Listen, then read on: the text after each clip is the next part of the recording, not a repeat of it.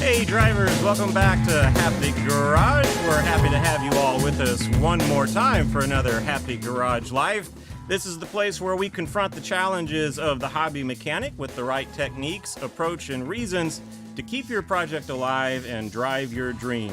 We've got a great show for you today. Our guest we've really been looking forward to. We're continuing a growing list of awesome guests with Slade from Slade's VW and his better half, Heather from Heather's Haven. So we'll get to see what both of those folks are doing, the YouTube power couple, if you will. And we'll see a little bit about Slade's origin story as well to see how in the world did he get into this VW thing and how did he get so knowledgeable about working on these classics. So once again, thanks everybody for being with us today for the next Haptic Garage Live. I like to share a few thoughts, whatever I've been thinking about in the garage this week at the top of the show. So this time around, it's a couple of things. Number one, today is September 11th, 2022. This is 21 years after the terrorist attacks on 9/11. This is for great reason a day that we stop specifically. I mean, we remember them every day, but today we stop specifically to recognize the sacrifice of the lost souls of that day and the heroes that made us all proud. But there's one more thing that I think we can do all the time to recognize the sacrifices and failures of that day, and that is to do what we're doing right now. Us getting together, demanding the freedom that we're using right now to collect on a Sunday afternoon and talk about what we're doing in our hobby shop is a great symptom of how that attack failed to stop us. So I want to thank every one of you for being here today and helping us all recognize that we go on. We didn't skip a beat.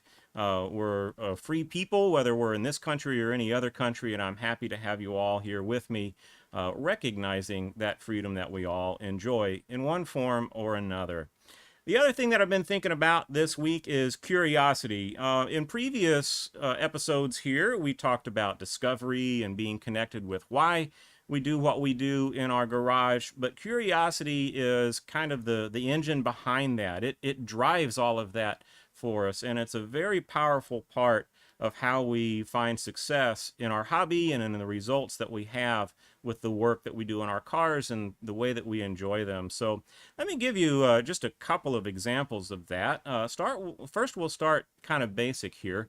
When you change your own oil, you may be very task-oriented, right? You get under the car, you pull the drain plug, and for our cars, we're pulling the drain plate and washing the screen out and all that stuff and moving on to the next step. But if we're curious, we see the opportunity that we've gotten under the car, right? We probably don't do that every single day, maybe some of us more than others, but while we're there and waiting for the oil to drain out and so on, maybe sniff around a little bit, right? Take a look for leaks coming out of the engine case split or out of the axle boots or out of the transaxle. See how the paint's holding up down there.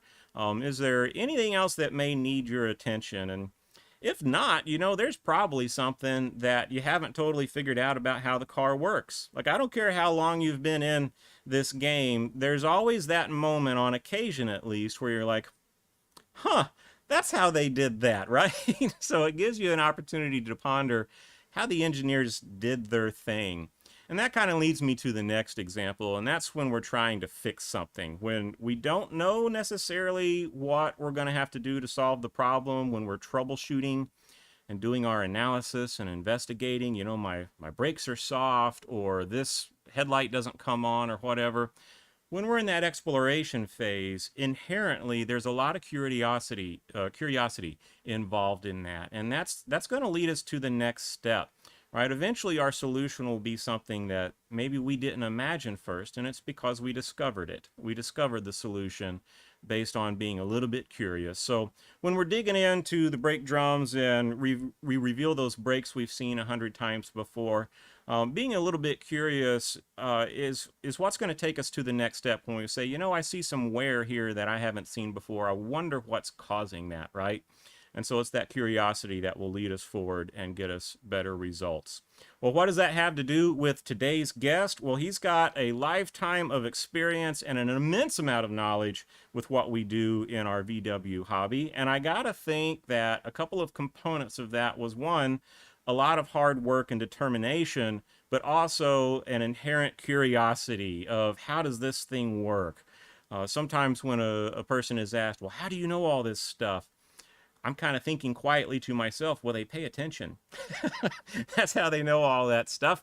We're immersed in our hobbies and we learn more and more as we go. And I think behind all of that is the curiosity that we all share. So I just wanted to address that getting into today, and it's kind of our through line for the conversation. Our guest today is Slade from Slade's VW. You can find him on his YouTube channel. In fact, I'm sure that you've already found him on his YouTube channel, Slade's VW, and he has a website with some really cool features. He's got reader's rides on there and all kinds of things. I think you can probably get some merch on his site as well. That is sladesvwbeetle.com. And then you can also find him on Facebook at Slade Beetle. So be sure to look all of those up, and if somebody will remind me, I'll bring this slide back up a little bit later so you can get all this information down. But be sure to check him out on Slade's VW on YouTube at the very least. Every week he's uploading a video with tutorials and great tips and tricks for keeping your ride alive. And then on Sunday evenings these days, he follows it up with a live session. So we'll ask him if they're doing it again tonight. That's going to make for a busy day. But usually it's a lively chat session. They call it the club meeting, and so you don't want to miss that either on Sunday nights over on Slade's VW channel. So without further ado, let's bring in our guests. That is plural, right? We have Slade from Slade's VW and Heather from Heather's Haven. How are y'all doing? Good. Good. How are you doing, Brent? I'm doing great, thank you. I'm only tripping over some words. Do it all the time. We were chatting previously about how excited and a little bit jittery we are, and we take that as a sign that it's gonna go well because it means something to us. So I can't express how much it means to me that you've both joined us here on the Haptic Garage Live show. I'm glad to be here. I really am. Very good. Great to have you both too. This is pretty special here. Thank you. So let's get right to it. Heather, you've also got something going on in addition to what Slade is doing on his channel. You've got a YouTube channel as well. Can you tell us a little bit about that? Yeah, it's mostly gardening, just tips and tricks and showing you what I do in the garden.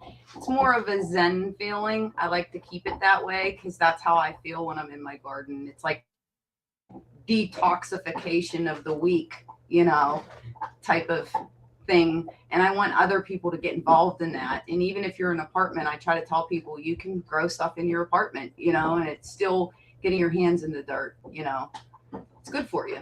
That's awesome. It's totally relatable. I think all of us are here kind of celebrating the thing that we do to detoxify a little bit and decompress, whether it be in the garage or in the garden. Let me put up a page here. I may lose. Oh, I know I have your. No, I don't. I do have your audio right now, so if y'all want to comment, that's fine. So here is Heather's YouTube page. It's called Heather's Haven, of course, on YouTube, and you can find all kinds of gardening tips, updates on the pond, and in fact, I want to share a little bit of pictures of what's going on her web page or on our YouTube page. Here, let's get everybody back again here. Do you mind going through a little bit of a slideshow with us? No, that's fine. All right, great. Thank you. So here's a picture of, I guess, a stream that you put together in your garden. Well, the top part is the stream, and then the bottom part is the pond, and it's got a lot of water hyacinth in it to keep the water filtrated, and that's why it looks so full of greenery. So did I hear you say that some of the plant life in there is what keeps the ecosystem stable? Absolutely. Yeah. That's pretty cool. So you kind of have to know what you're doing to pull that off, don't you? Yes. Well, it took years of experience, or years of learning to get the experience. And At first it was chemicals, and then I was like, I don't like adding all the, I would lose fish. And now I don't add any chemicals. It's just pure, just it takes care of itself. So Nice. just like a natural pond, Yes, I've had a family member that got really, really, really, really into aquariums for a while, and I think that was the approach, to try and find plant life and animal life that coexists, to Right. kind of keep things in balance and like you said, be able to avoid some of the chemicals that would otherwise be involved.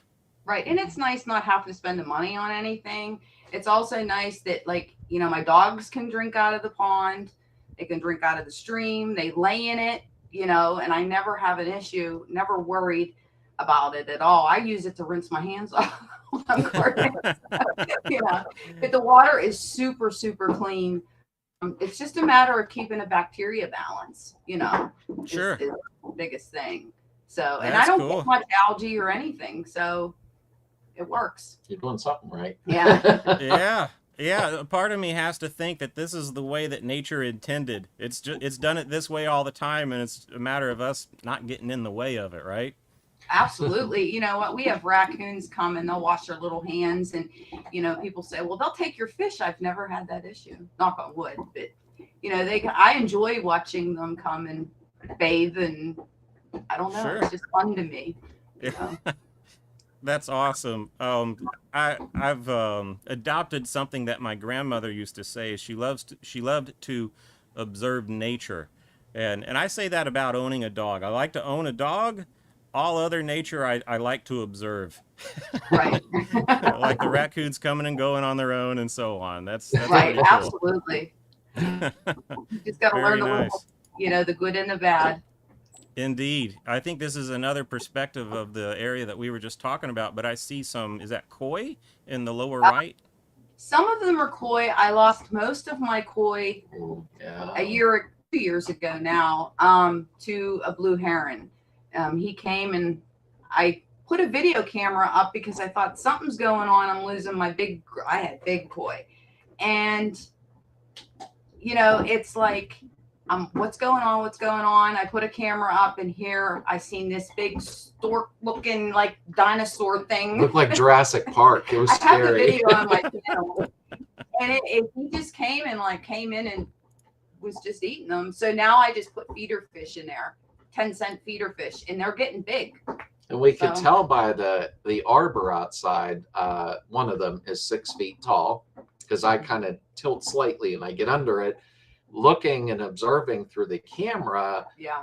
This thing was probably a foot shy of it. And she's like, "Get out." I said, "I'm not going out there." It's scary.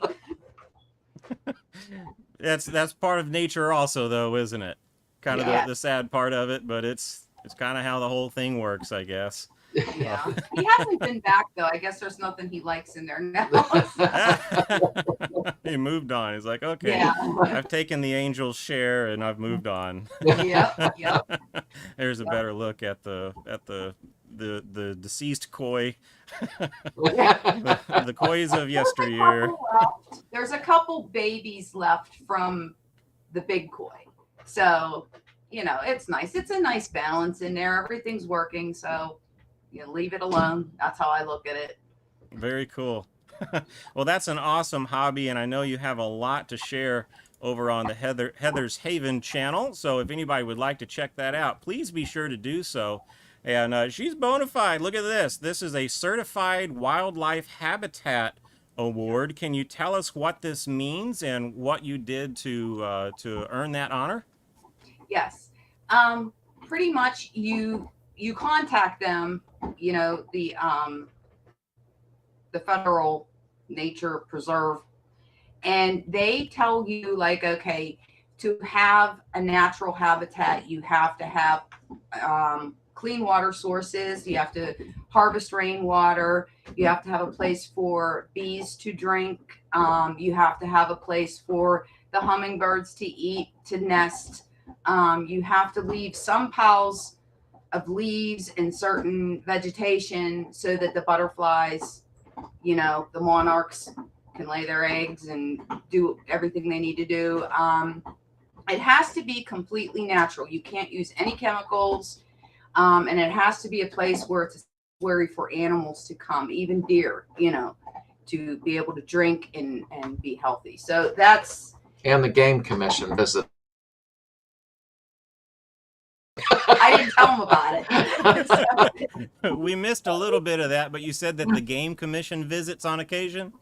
They did come here the one day Yeah. to look everything over, and all I seen is a guy with a badge.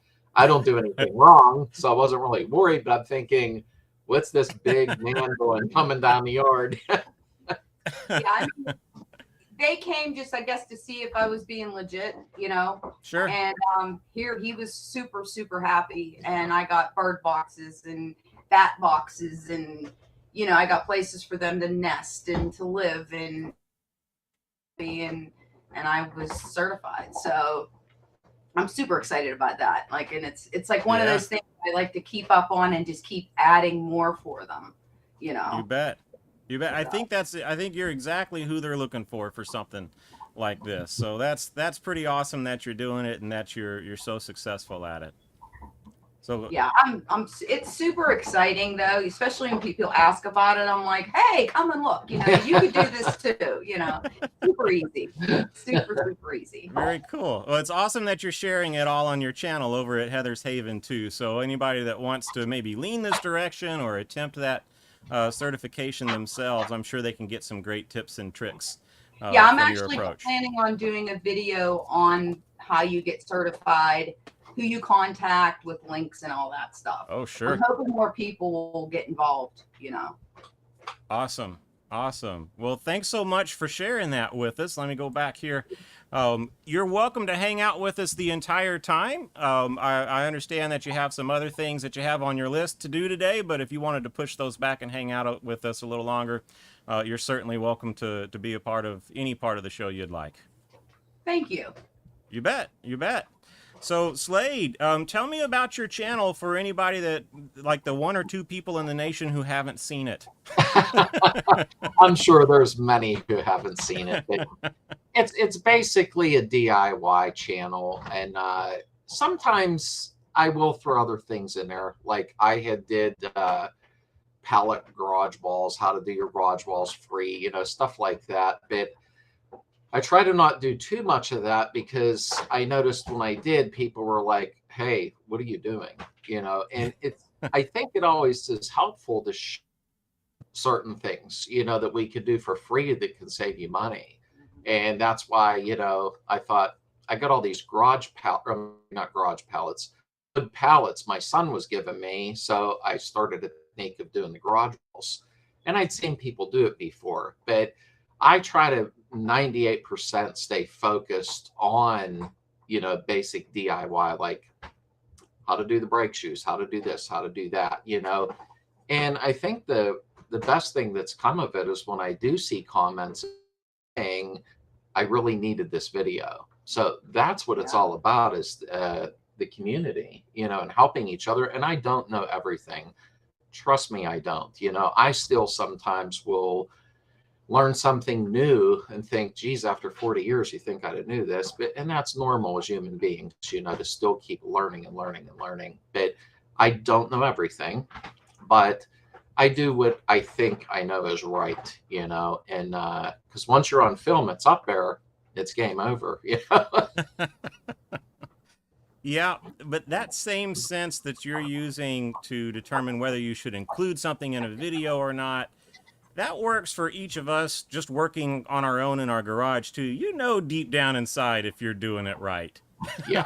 Or if maybe there's a stone left unturned that you could seek out a little bit more knowledge about or something. So that same sense guides us well in what we share, doesn't it? Yes, it does. And Hey, folks, hey there, can you hear me okay? Where'd you see that at? He just posted it on the live chat. Oh. He'll be back in a minute. He said he had a power outage. Oh, okay.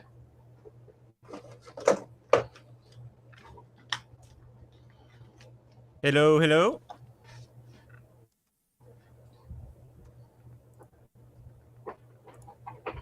All right. Hey, Robert, I appreciate that. I think we're still reestablishing communication with Slade here.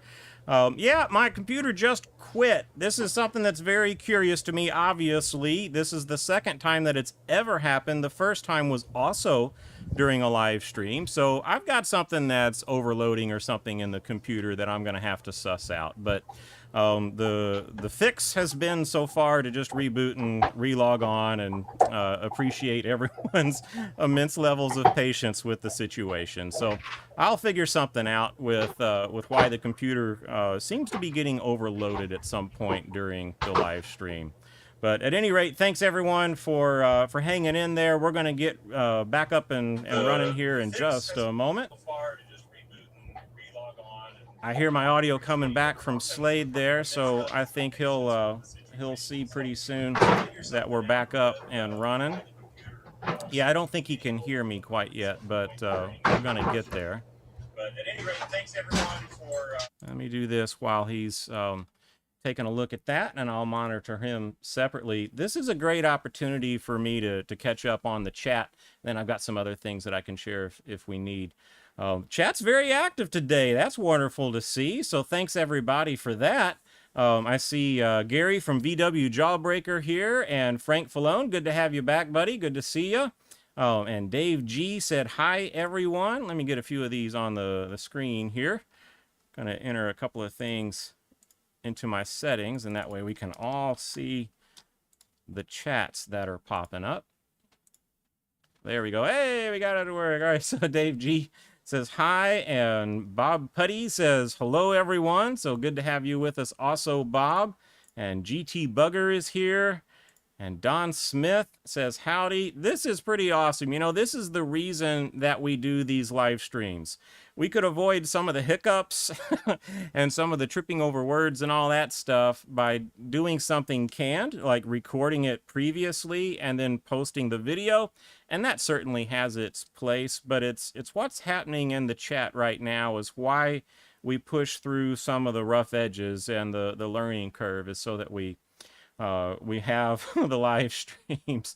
Yeah, he said this before the system shut down, but there you go. I do appreciate the support, Gary. So yeah, very nice to see everybody showing up in the chat here. And wasn't it nice to hear from Heather a little while ago? And it looks like everybody's back with us here. So let me jump back over to that page.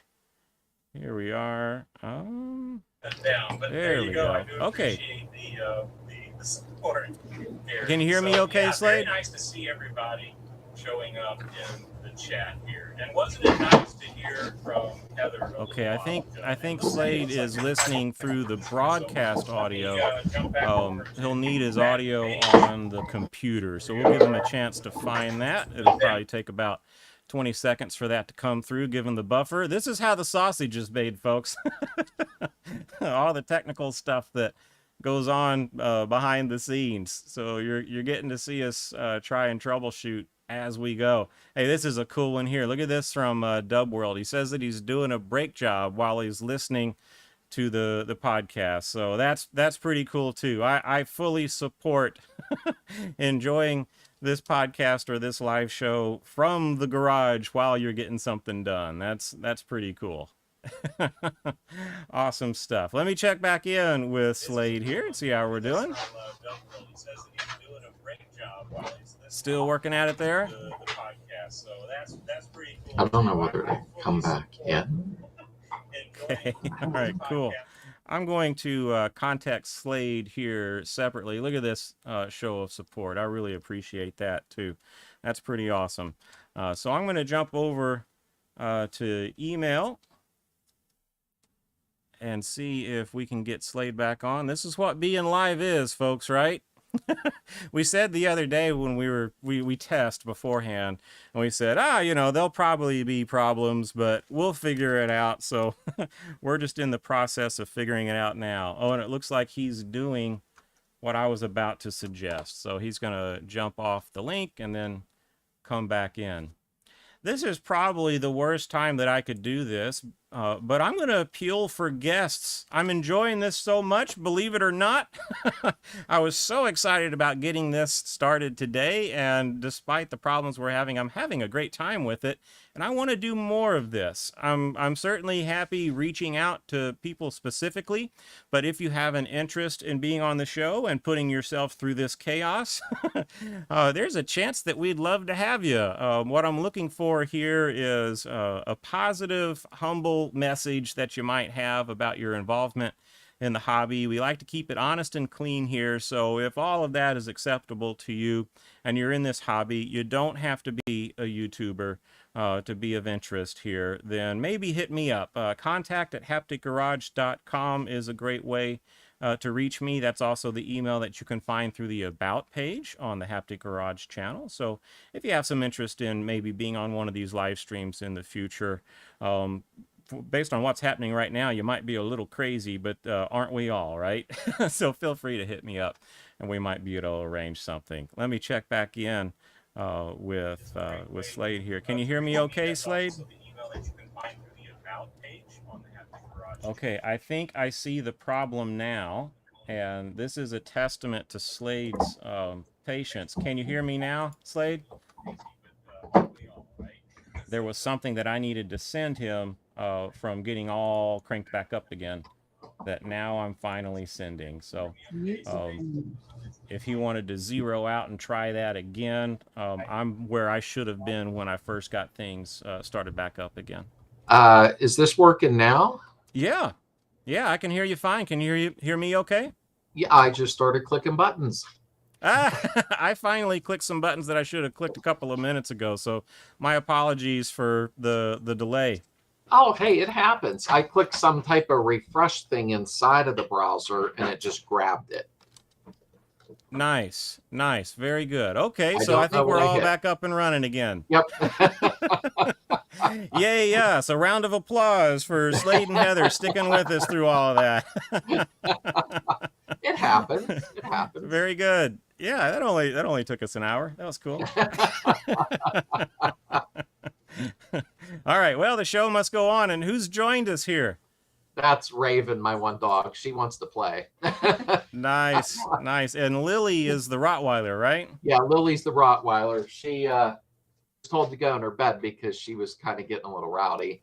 She's hearing voices, so she don't understand what's going on. Yeah, that would be a little bit weird, wouldn't it?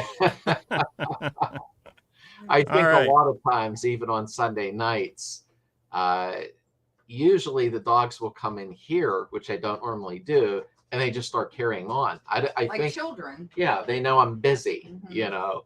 Mm-hmm. Well, very cool. I'm glad that you hung in there with us. I appreciate your patience, and I think we're back up and running. Hopefully, that gremlin that knocked us out was my computer. It just quit, and the only other time it's done that was during a previous live stream that we had with Greg from Backyard Combi, and it won't do it for me in any other scenario. So it's made it very difficult to troubleshoot. Yeah, Heather panicked and went and checked the router. She went, "Oh no!" Yeah, I appreciate that. Yeah, we thought it was us immediately. Well, that's always my first thing. Is like, okay, I got to check me. Got to check me. It's rare that the troubleshooting goes any further.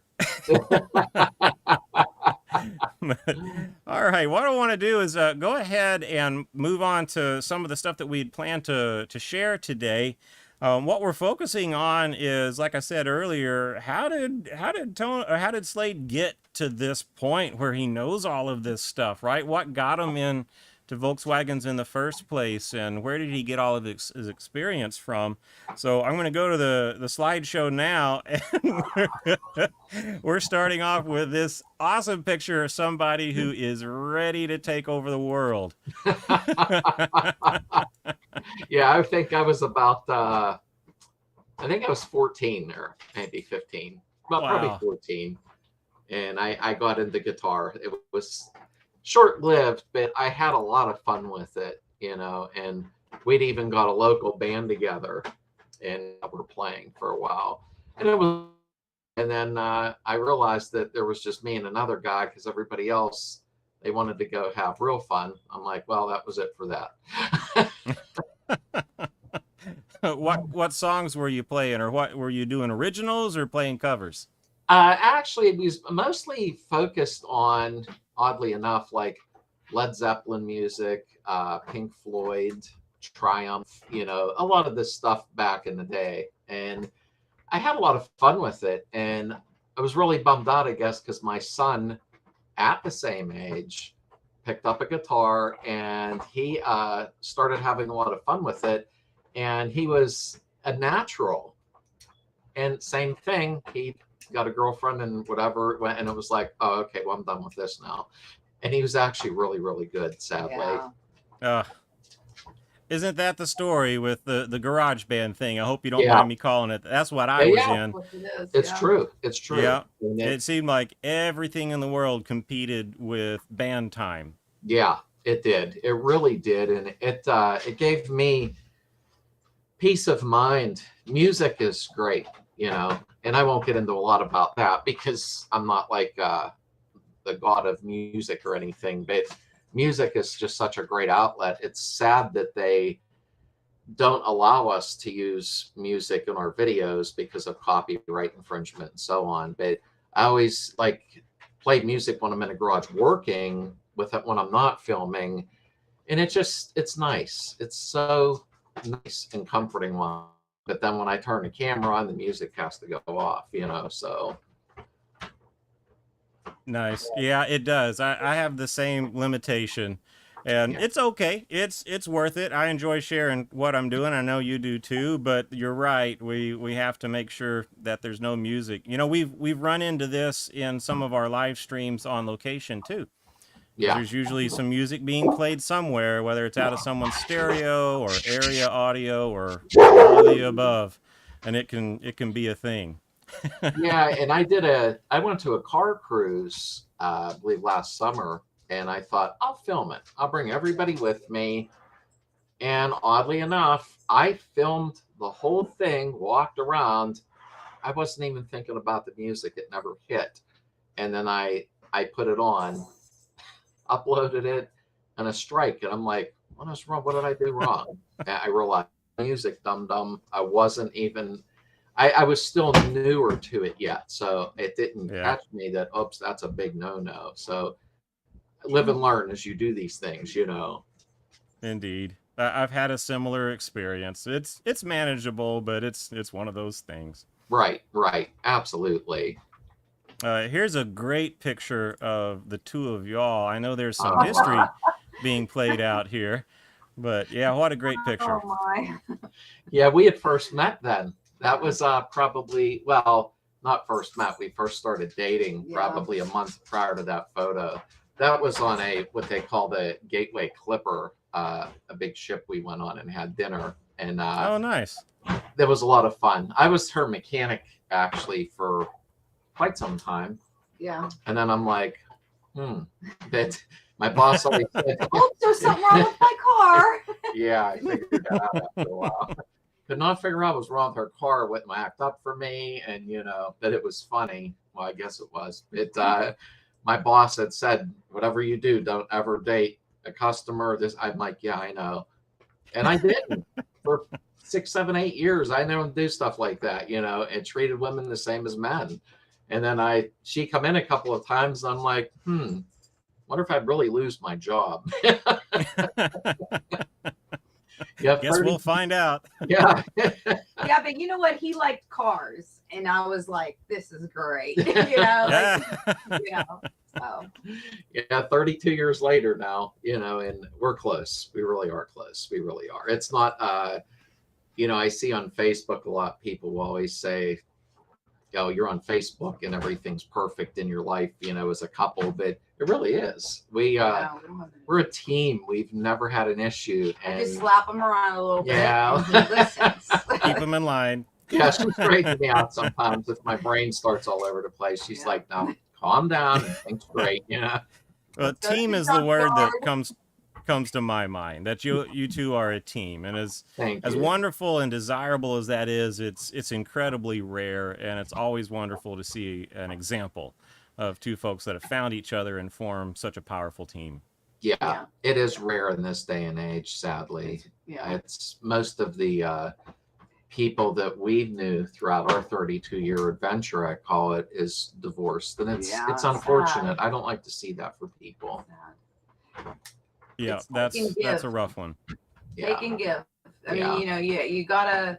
It's a balance. Like Yeah. I'm into his stuff, he's into my. Even though I know he could care less about the plants, No, but he'll walk no, I through like the it. garden and actually name them, and I'm like, you are listening. Like, I have a wow. cheat sheet. I look at my hand. That's But cool. it helps when you have the same likes, you know. So. It does. Nice. So, do both of y'all recall this car? That's my very first, my 68 Beetle. And an interesting story. I started working at 12, you know, and back then we started early, you know, cutting grass, doing everything we could.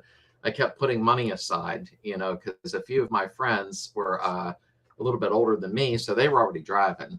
And my father came home from work one day. He was a railroad worker, and he come home at 5 o'clock as usual. Normally he would come in, sit down, have dinner. He'd come running up the stairs, and he says, "Hey, hurry up. We got to get going." I says, "What's wrong?" He says, "I found the Volkswagen Beetle." It was about 5 minutes from us sitting in somebody's front yard. And I thought, I don't want a Beetle. That's the first thing that came to my mind. I want a Chevelle or something, you know. And he said, "Let's go take a look at it at least." I thought, well, okay. He says, "Do you have any money put aside?" I said, "Yeah, of course," you know, and because he wouldn't actually buy me a car, he was helping me get it home, you know. And we went and looked at it, $25, you know, back in 1979, you know, and we got it home and had to take the body off completely, you know, an 11-year-old car, Pennsylvania Rust Belt. It was already rotted out. And I thought, what are we doing here? This is insane. And he said, "Well, you got to know everything about the car if you want to drive." So, and he, of course, couldn't teach me every little thing, but it was a journey that him and I went on together, which was really nice, you know, and that was my first car. Unfortunately, and it's really frustrating, I can't find finished photos of it. When my mother and father had parted ways, one moved out, a lot of photos got who knows where, you know, and that car ended up like a very dark burgundy color with charcoal gray flames, like an 80s thing, you know, and it was a sunroof Beetle. And when it was done, it looked beautiful. It really did. And I, to this day, the only thing I have, and I gave it to my son, is you used to go to the mall back then and they would airbrush your shirt, you know, with a picture. I remember that. Yeah. And I have a shirt. Well, my son does now. He wanted it really badly, so I gave it to him. And it was that car finished, airbrushed on a t-shirt. That's still perfect. Yeah. That's still perfect. Yeah. I got paranoid and put it in a box, you know.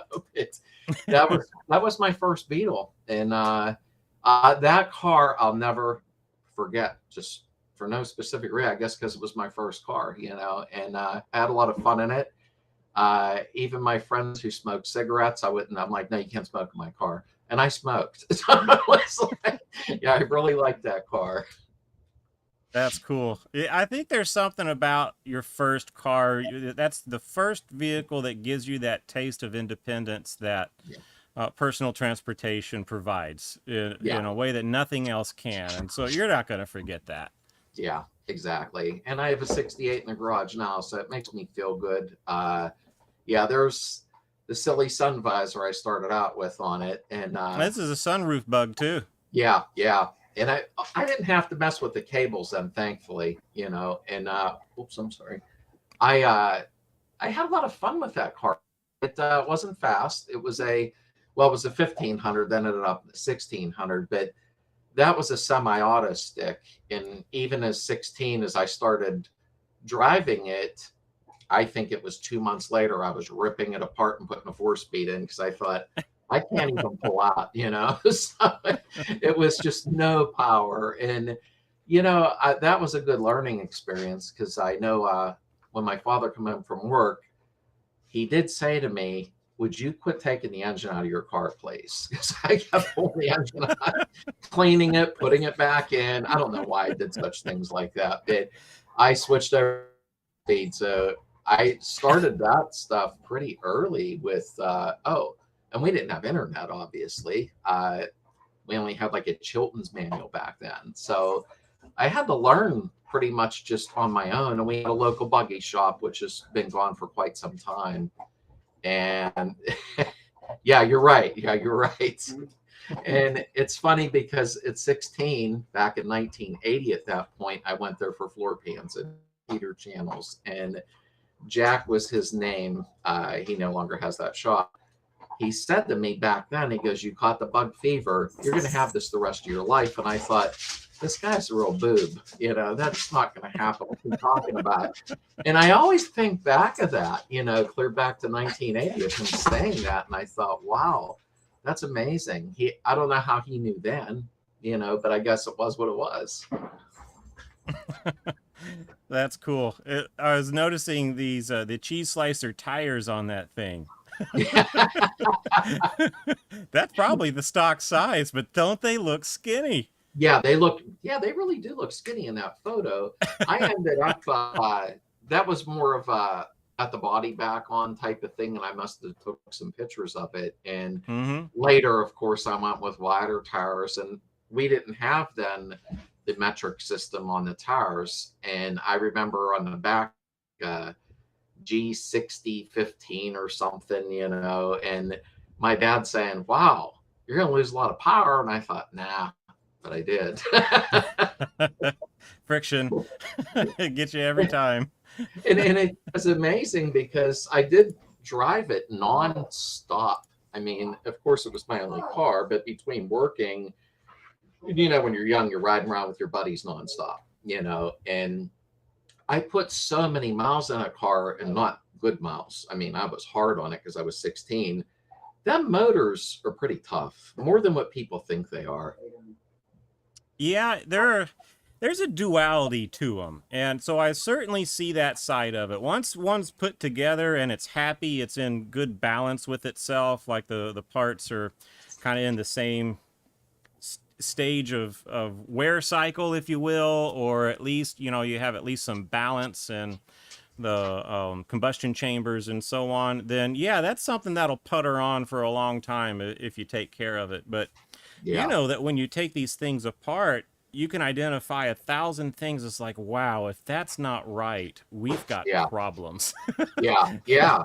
That's very visual, you know, on these. There isn't a guessing game like the new cars, and I'm certainly not putting down the things we have now. Heather's Jeep, it's 5 years old or whatever, and it's a very nice vehicle. But when I lift the hood on that, I'm like, ugh, you know, and I've done my share of the newer cars, timing belts on a V6 Camry that the engine is literally stuffed in there, and they do run very nice, you know, the newer cars. But there's nothing like that feel of getting into an older vehicle, no matter what kind it is, and seeing the old dashboard and just the manual feeling of everything, and it shows my age. Well, it's a more organic experience because you can actually hear the car, for starters. And secondly, you want to. That's kind of, instead of having idiot lights, you're listening and feeling how the car is responding to the driver inputs, and if the engine sounds healthy and so on. Maybe this is an interesting barometer. I feel like my dogs enjoy the old vehicles more than the new vehicles. I could believe that. Yeah. They just seem more in their element. Even if it's not as comfortable of a space, like the seat's really small or something like that, they don't care. It's just feels more like home to them. I agree. And I mean, the newer vehicles, as I've gotten older, I will say, when we got Heather's Jeep, she has a Cherokee. It's quite comfortable. Yeah, it's nice on the back and everything. And when we go shopping and we have to do things, but then she keeps saying, you know, well, you sold my Nova, because she was driving her Nova. That was my first car, was a Nova. Yeah. So, jab.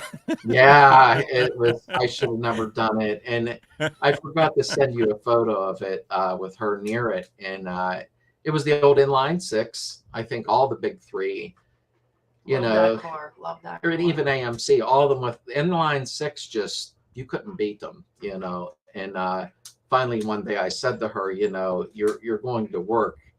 These people are going to think that we're like I poor or didn't something's care. wrong, because she's in an old Nova showing up for work, you know, and she drove the wheels off of it. So now I'm on to my 68, and she's like, when is it going to be done? And I'm thinking, oh, they want my car, you know.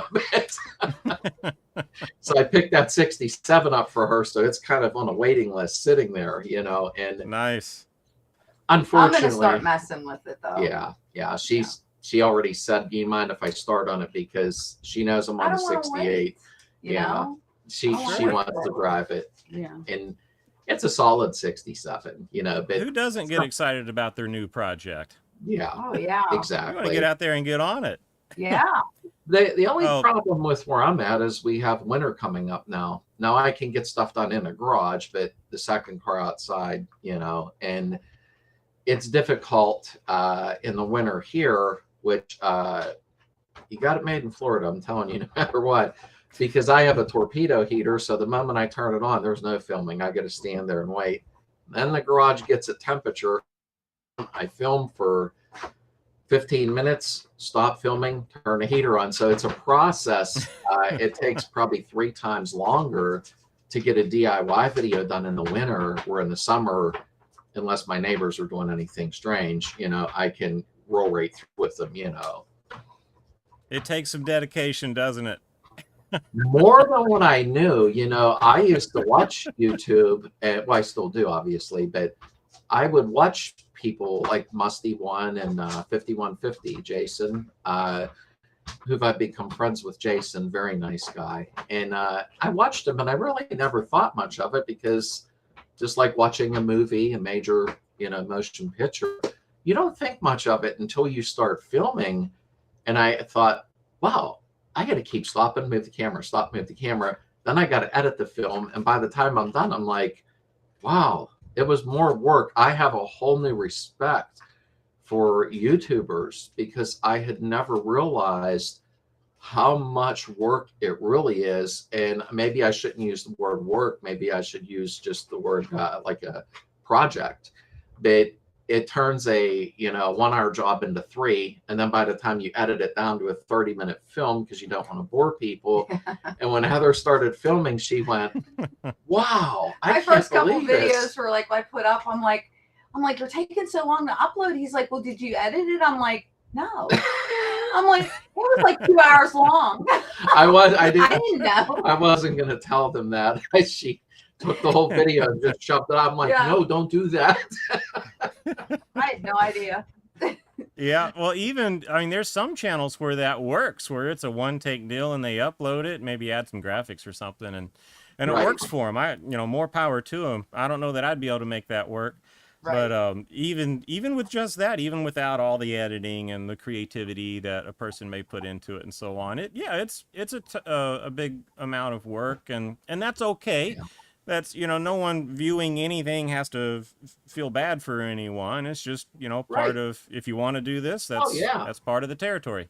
Right. Yeah, and that's the thing. I never want anybody to feel bad for what I do, because I chose it, and it makes me happy, almost too happy, to know that it's helping. When you're filming, though, for a while and uploading videos and editing videos, it almost becomes natural when you're filming to know, okay, well, I shouldn't do this, and I'm stop the camera here and then turn the, you know what I mean? Like, so your editing is less. So you kind of, as you're filming, it's cool. And it makes it worth it. When people are using these videos, to fix their car, or in Heather's case, they have a problem with fungal stuff on anything they're learning. I didn't know the word to use. I'm not that much in ponds.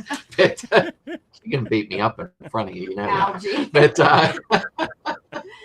we drop penicillin in the pond. But it's a learning experience. It's a big learning curve with a lot of it, but it is fun.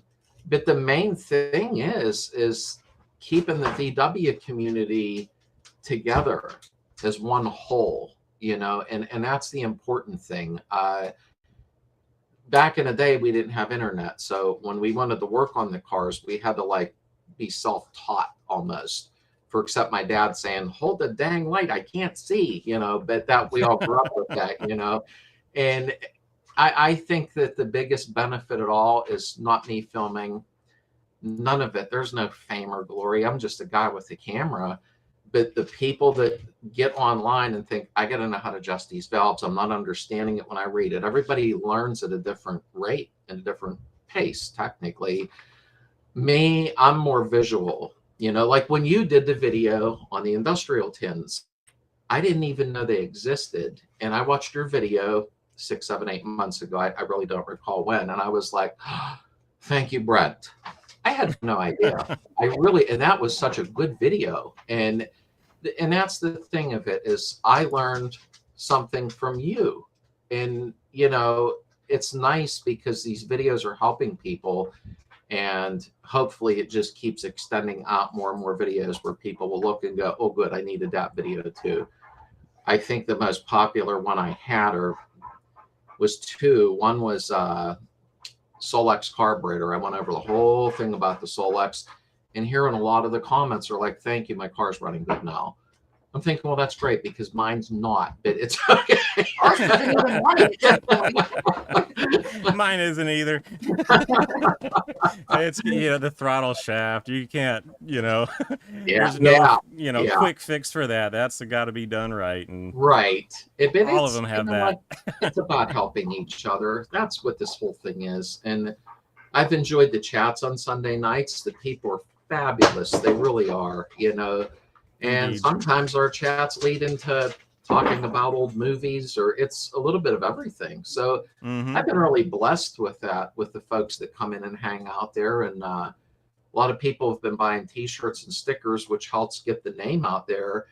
And it's funny because I got a call from somebody in Maryland, and he sounded flustered at first, a friend of mine, and he says, these people I guess they seen his T-shirt he had on, Slade's Beetle, a big deal, where I guess they were kind of like, you don't know him. And then he got mad and called me and said, I know him, listen. That was funny. It was funny. And I didn't think anything because I'm just me. I'm just a dad, husband, and no big deal. It's just YouTube. I'm like, yeah, but everybody watches YouTube now. Yeah, but I watched you and I was like, wow, this guy's personality is amazing. And the way that you explain things is done so well that I always refer back to the industrial tin one, and I think nobody could have explained that better than you did.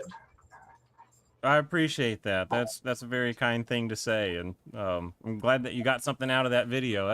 That's been one of the ones that I think people have enjoyed quite a bit. It sticks out a little bit. Sometimes I'll find a niche topic, I guess, and they stick out. But yeah, that's great. I do appreciate all that. Something Heather said a minute ago about you learn more how to edit, or how to shoot video rather, when you edit video. Yeah. I wish there was a way that you could have told me that a number of years ago, because I did the I don't know thing where I was shooting video like I wanted to do YouTube stuff, but I wasn't editing and posting it yet. And now I'm trying to post some of those older videos. I'm calling them the archive videos, and I'm looking at how I shot it. I'm like, wow, I was so boring, and I didn't move the camera, and the audio's bad. Like the task is cleanup more than anything else. So that's a really important point, Heather. Yeah. And it is. Or even having music playing in the background. I was playing my classic rock and filming, and I'm like, I can't even post this. Like, And it is funny because just recently Heather had said you need to maybe not delete the old ones, but redo some of the older ones that mattered and make them a little better. And I went back to the very beginning and was like, wow, it looks like I was, not that I'm perfect now, or by no means, but it looked like I was using a VHS camcorder, and I was even out of range, and I'm leaning my head in, and wow, was I that stupid? Like, was just, You just don't know. You don't Yeah, know until you do it. you don't You learn. know. Oh, there's the Hey, Vega. a question from Robert. He wants to know if you're doing the club meeting tonight. Absolutely, 9 p.m. Eastern time, and I hope Brent will be there. I know he's busy. I like that Brent stops in, so it takes some sweat off of me when he comes in there. I forgot to post it.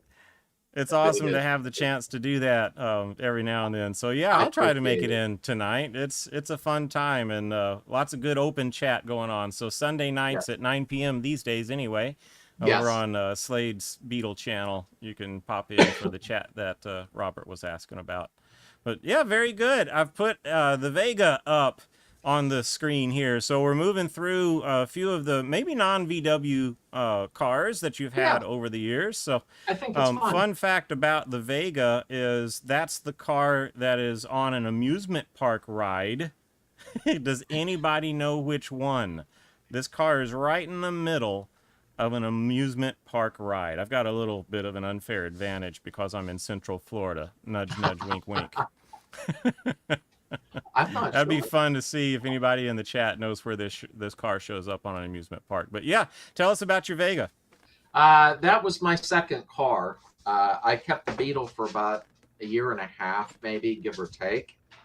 And one thing led to another. I sold the Beetle, and while it was pulling away, I really got upset. But what was done was done. Thinking I was young, I picked this Vega up, and it had the little, I believe, 1.4 motor in it, and drove it for a little while. As you know, Vegas weren't, they were a cool car, but not the best, running car. And my father, being a gearhead, said, we'll jam a 350 in there. That was a big thing to do back then. I don't think I would have ever done that for a 17-year-old, but he did put the 350 in it for me, with me handing wrenches and learning, and that was a big adventure, getting that in there. I was young. He got it done for me. Him and his friend went for a test drive, come back, and he said, here you go. He handed me the key. He said, now you behave in this car. Like, right. I couldn't even keep it on the road, you know what I mean? And I never got hurt. I respected that power, but the power was absolutely unbelievable. And then that's a small car for 350 cubic inches. Oh, it was amazingly fast. And the V8 Vegas were pretty popular off and on. And long story short, back then, if you screwed up, back in the early 80s and you were in a small town like me, the police knew your parents, the whole ordeal. And I got caught acting like a complete idiot. And the cop pulled me over and he says, we'll see who gets to see your dad first, you or me. And I didn't go home. I was scared. My dad was big. he never hurt me, but he went home and said, yep, he was doing 85 and a 40 or something. And yeah, that was it. Car got sold. So, That was rough, though. yeah, she knew my dad. Check this out. My dad was from rough. Whitetail Rancher, he put a 454 in one, and I'm guessing the distributor was never seen again. That would have been back in the console. Yeah, I mean, the distributor on them, it was so close to that firewall. We had to knock dents into the firewall to make it work. And truthfully, it was a fun car. I have some memories from that car also, but my 68 Beetle, it was just the best. And when I sold it to a younger, he was probably a little younger than me at that point. And I sold it to him, but when it was leaving, it was very upsetting. I knew as soon as it pulled away, I was sickened. I thought, what have I done? Yeah. So too much longer for that I got another Beetle, and we'll go over that shortly. I had one experience selling a vehicle where I felt sorry for the vehicle. I I did that Right. too. Yeah. Right? Like I was ready to part ways with it, but I'm like, I'm sorry, it's not going to be good.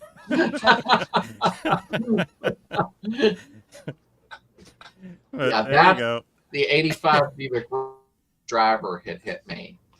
And that was something that, and I try to be cautious in things that I say online and have someone get mad at me, but that's the result of a drunk driver running into me.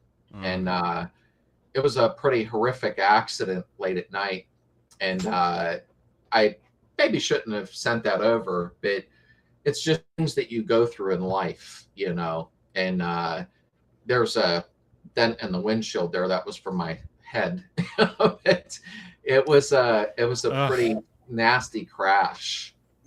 Yeah. Well, it's a part of our experience with cars. Right. Everything we do in life includes risk, and sometimes that's the risk that others create. Yeah. And we have to know that when we do anything that's gainful in any way, like transporting ourselves from point A to point B. And, we enjoy the days that we have. And sometimes stuff, even when it doesn't need to happen, it still Right. happens anyway. And so, it's a part of it. Yeah. Not sure we want to focus on it, but Right. that's real, Yeah. I bet just about everybody in our chat right now has some kind of an experience with an auto accident, and it's unfortunate that it happens, but Yeah. we got to be thankful for the ones we survive. Absolutely. I mean, and this is going to be terrible to say, this was either a 72. Before you start, I gotta plug out. Oh, okay. So thanks for having me on. Yes, thanks so much, Heather. It's been great having you with us today. Awesome. See you guys later. Real quick, before we get back to it, everybody check out Heather's channel over on YouTube, where you are now, of course, Heather's Haven, to get some good gardening tips and tricks. So very cool stuff. Thanks so much for joining us, Heather. I appreciate and thank you for having her on. I appreciate that. Oh, you bet. I did. Yeah. Our pleasure. I'm speaking for everybody. Yeah, the blue one was either a 72 or 73, and that's terrible in my mind as I'm getting older. And of course, it had the famous Chevy adapters to put old Kragers on. I didn't have the front wheels on in that photo, and that was a stock car too, and it ran good. I drove that for years. And unfortunately, you're being young, switching cars around constantly. I ended up trading it for a Javelin, and kid had we have a shot of that one. Yeah, 72 SST with a 360. It had a cam in it. That bad thing. Yeah, that's actually a poor photo. I had nicer wheels after it. During processes of things in the family, I can't find a lot of photos, unfortunately, but that car really had some power. I was very pleased with the 360 in there, and we put a 4-barrel on it and a cam, and it ran really good. And I had got that car, tinkered with it a little, and the kid personally that I sold my Beetle to.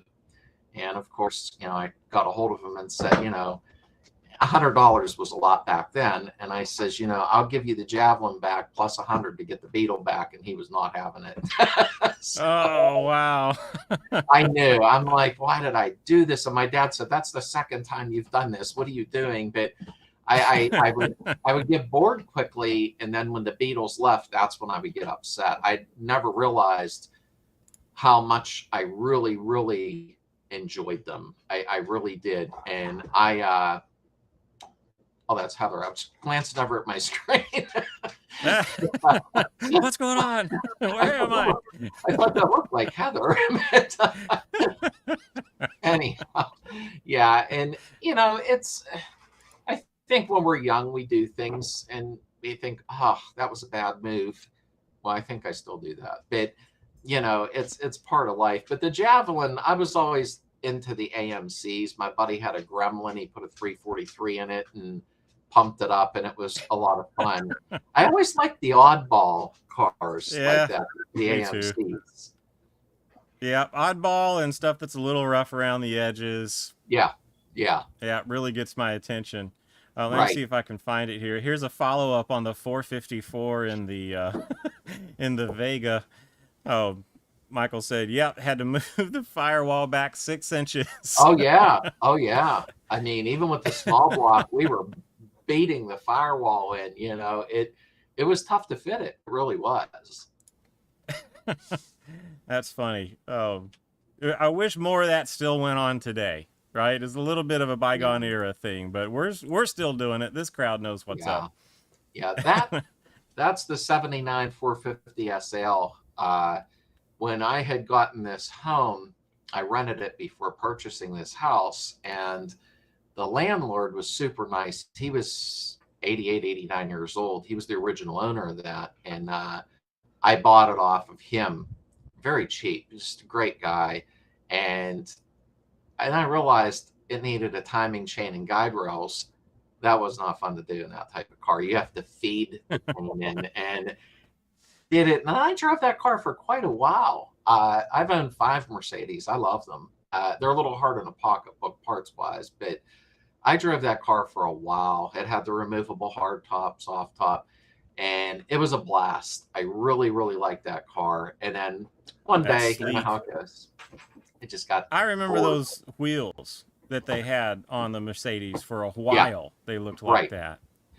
Yeah, they didn't change a lot Very of stuff. distinctive.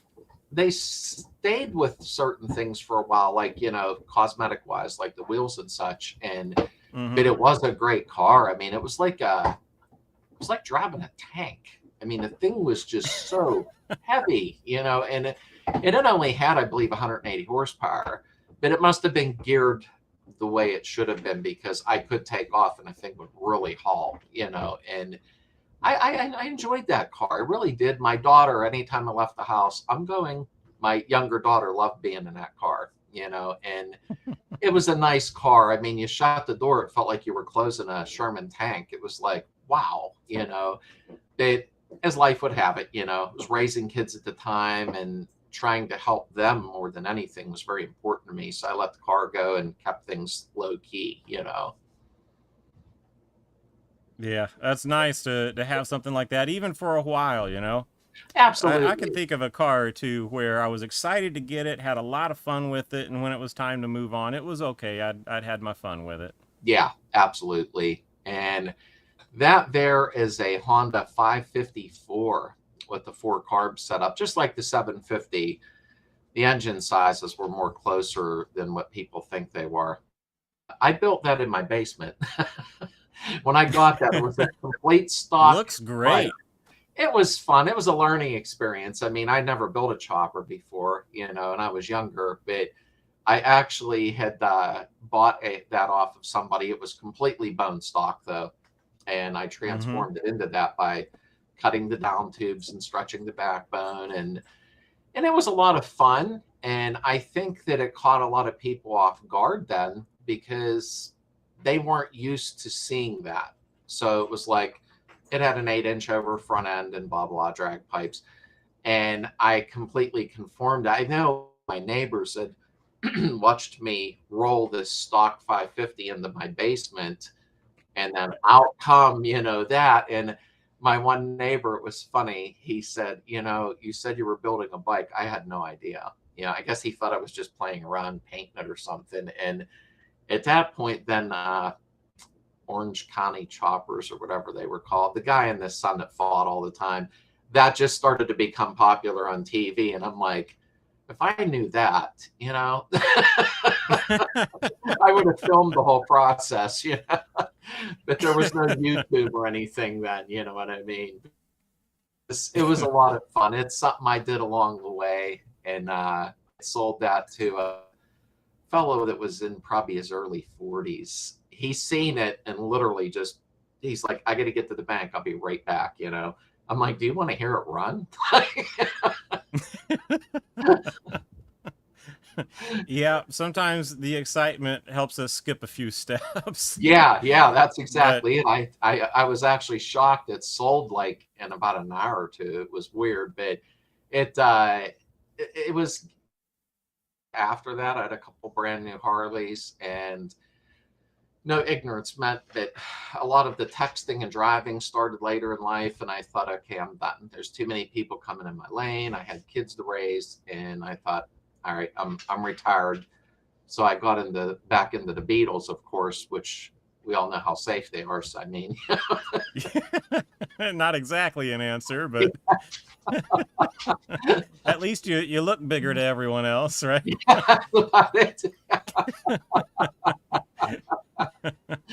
No, but you did an awesome job on that bike. Thank It's you. beautiful. Thank you. And I know what that buyer was thinking. Like, what's going to be wrong with this thing? That thing is tight. And I hear you on the riding these days. I put a bike together myself. I didn't do anything like this, but enjoyed it for well over a decade. I'm close to, where Bike Week is out at Daytona, and Right.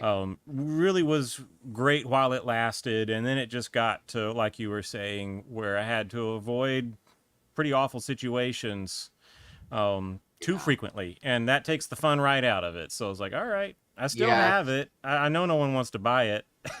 It happens too much now, is sadly, and I'm not trying to Yeah. complain or go on a down note, but it's different to ride now than it was years ago, so I knew that it was time to hang up the helmet and move on, and I still enjoy looking at bikes, maybe if I lived somewhere else where it was a little bit more low key, but I'm so deep into Beetles again that, besides maybe trying to find Heather a mid 60s car, she's fond of her 67 Beetle. She'll probably never let that car go. But I'm also going to try to find an old Falcon or old Nova or something for her, also, because I'm trying to collect enough cars. I have 4 kids, so I can leave each one a car plus the house, and then they can fight over it, There you go. That's nice. All right, let me see here. Oh, wow, look at this. That screams, I'm going to sound ignorant here, but that screams Mopar to me. Yes, my 71 Valiant. Believe it or not, though, it had the slant 6, the 225. And neat. I loved that motor. I really did.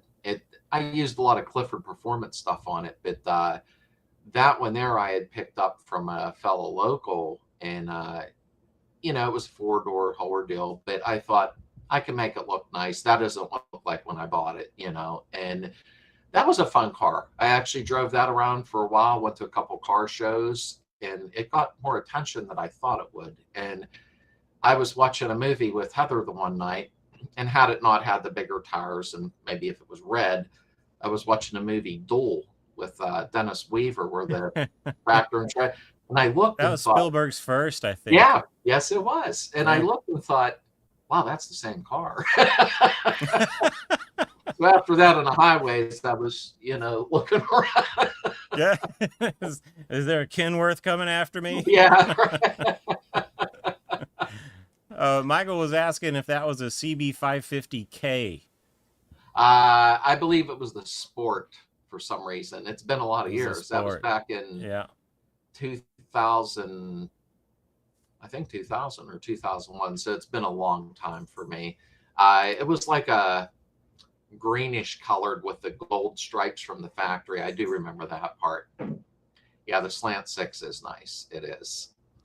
You had mentioned an inline 6 earlier. That's, I don't have huge experience with engines, but that's one that I've never gotten to play with in any capacity as a 6-cylinder of any sort, really, or inline 6, I should say. I had a truck that had a V6, but that doesn't count.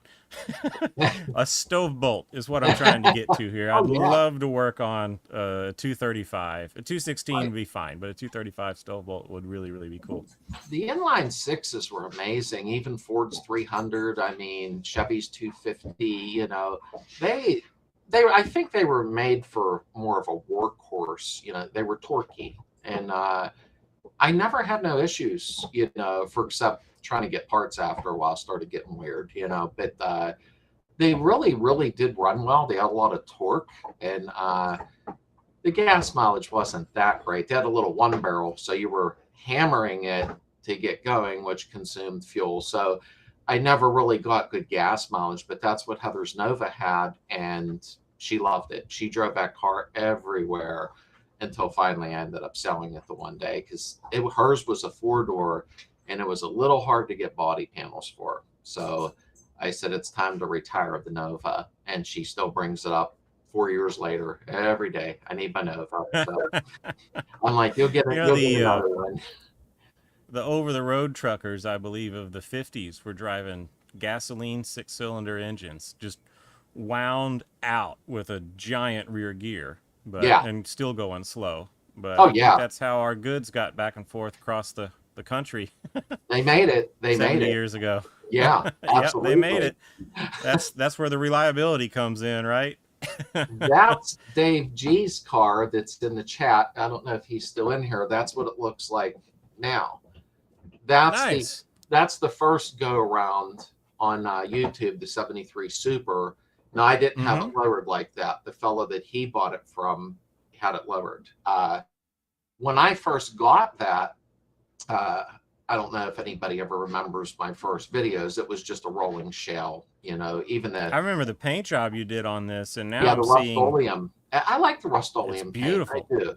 And yeah, it's soft, but I use it too. Well, you know what? The guy that I got it off of, he said, I'm ready to sell them and let it go. It came from Arizona. That's probably one of the most solid Beetles I've ever worked on in Pennsylvania. Like solid, clean. And I thought, I'll keep it. I went ahead and did the YouTube on it. Well, then about 3 months prior to the ending of that, those episodes, so to speak, I don't know what we're supposed to call them, but he said, you know, I'd really like to have the car back when it's done. I'm like, well, nah, I don't want to do that. And he's like, please, there's a lot of sentimental attachment, blah, blah, blah. I'm like, all right, that's fine. I can always get another Beetle. It's okay. But unfortunately, he started rushing me on it in the end, which became a little bit frustrating. And I had told him when I was doing the engine, I says, look, if it was me, I new valves in it, new springs, you know, there was a lot of things that he's like, no. So I thought, well, I'm going to lap the valves and everything, you know, and I did that. He drove it very briefly and flipped it. Wasn't happy about that. It is what it is. You learn what, you know, people's motives are. And then some other guy got it and he lowered it like that. And I don't think Dave put those wheels on. I think they were on there. And he had flipped it by using my channel on the Craigslist ad and saying, restored, done at Slade's, this and that. And I'm thinking, I'm not happy that, you know, all that. But Dave had contacted me and said, hey, you know, I'm going to go look at this. Do you think the price is fair? I thought the guy had it priced a little high, but Dave said he was able to get him down a little. I wanted to do an interview with Dave on it because I haven't seen Gracie in a while. And here, I think he said a valve spring broke. I think that's what it was. And I hear a smoke detector. And if you need to check it, that's fine. We can Heather's in the other room. But okay. Sorry about that. It caught me off guard. No worries. I felt so bad when Dave got on with me, and he seems to be a very nice guy. He lives maybe I forget now, maybe half hour, 45 minutes from me. So I hope to get together with him soon. I'm excited about meeting him. And I had told him, I says, you know, I warned the guy when I was doing this in the end that it needed, I wanted to put new head springs. And he said, yeah, he should have let you. And although Dave knew it wasn't something I intentionally did, but it kind of bummed me out, you know, that the car got flipped so times, but it ended up in really good hands. I could tell Dave is a really genuine guy. It's easy to see in his messages, and it's nice that he kind of lives somewhat local. But that was a car I should have kept. Did everything on it, new sunroof, cables, like went the whole 9 and 10 yards on it, you know. And I think he's actually putting on new heads as we speak. I think he was doing that recently, but that was my first YouTube go around, was that car. And what a pleasure. It's a beautiful result. Oh, it was amazing. Well, because when I got it, it was a shell. It was, and then big dashes in the 73 and up, he had taken a dash out before I even got the car. And there was just 3 million I'm like, oh, that's not fun, you know. And I said, okay, I got this, and I did, you know. But I think that the guy who had bought it off of me bought it back. I think he was fumbling with some things because he had said the one day, and I think this was the result of the broken valve spring, is he said, you told me to adjust the valves after a couple 100 miles. I said, yeah, because a lot of that stuff's fresh, you know. And he says, okay, well, I did them to 4,000. I said, no, don't that car, redo them this a loose 6,000, because I was in fear that he made them too tight. I have a feeling he made them way too tight, you know. It is what it is. I mean, but I hope Dave's enjoying the car. You know, I know he was driving it for a while before the incident happened, and it's such a beautiful, honest car.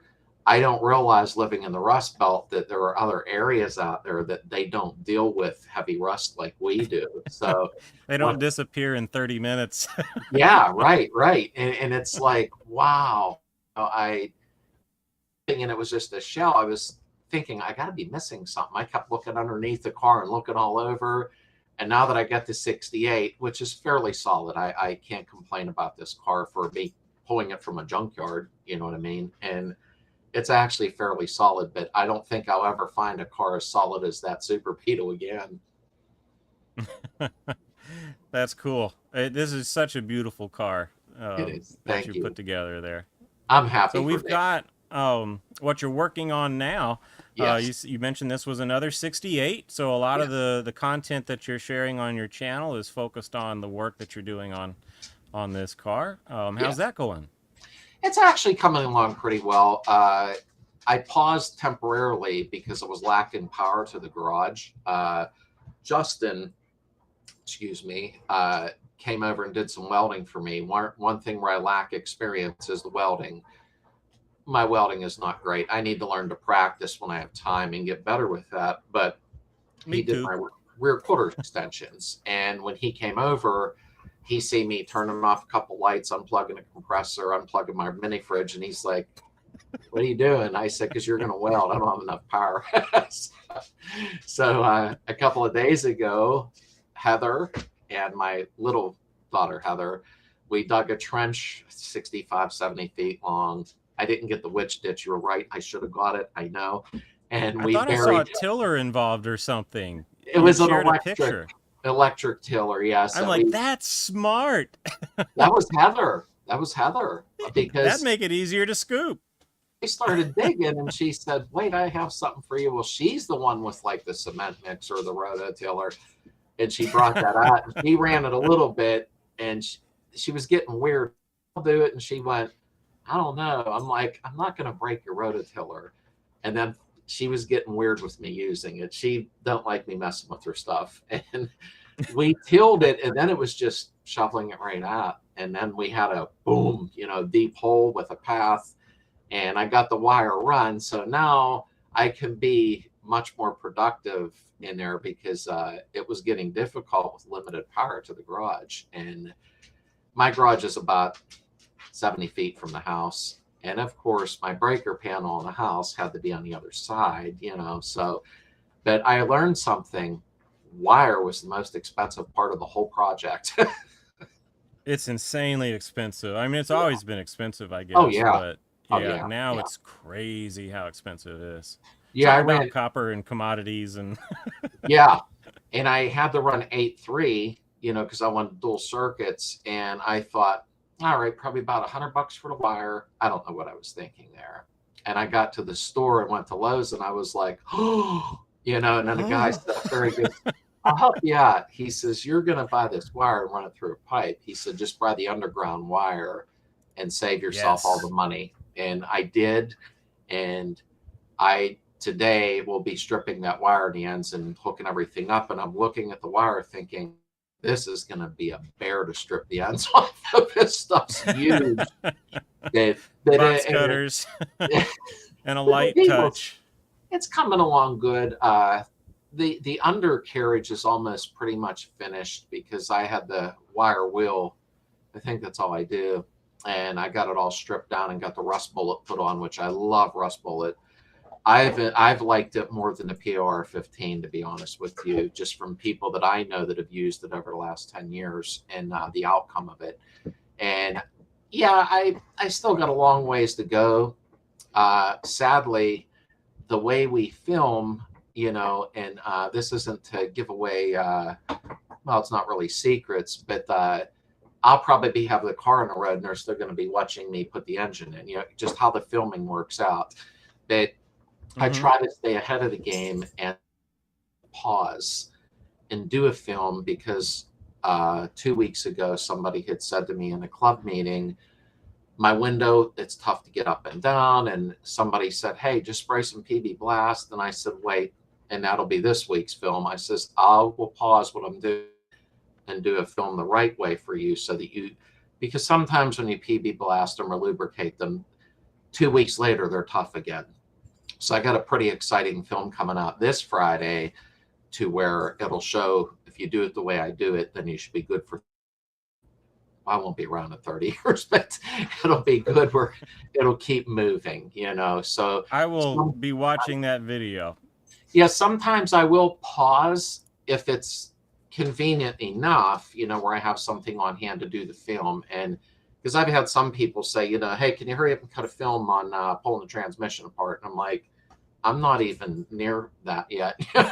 No, I can't. Yeah, it's difficult. And I try, I have a weakness when it comes to helping people. I'm like, okay, wait, let me stop what I'm doing and help you because I feel bad. But I do pause sometimes and I'll do a request video if possible to help somebody out because that's what it's all about.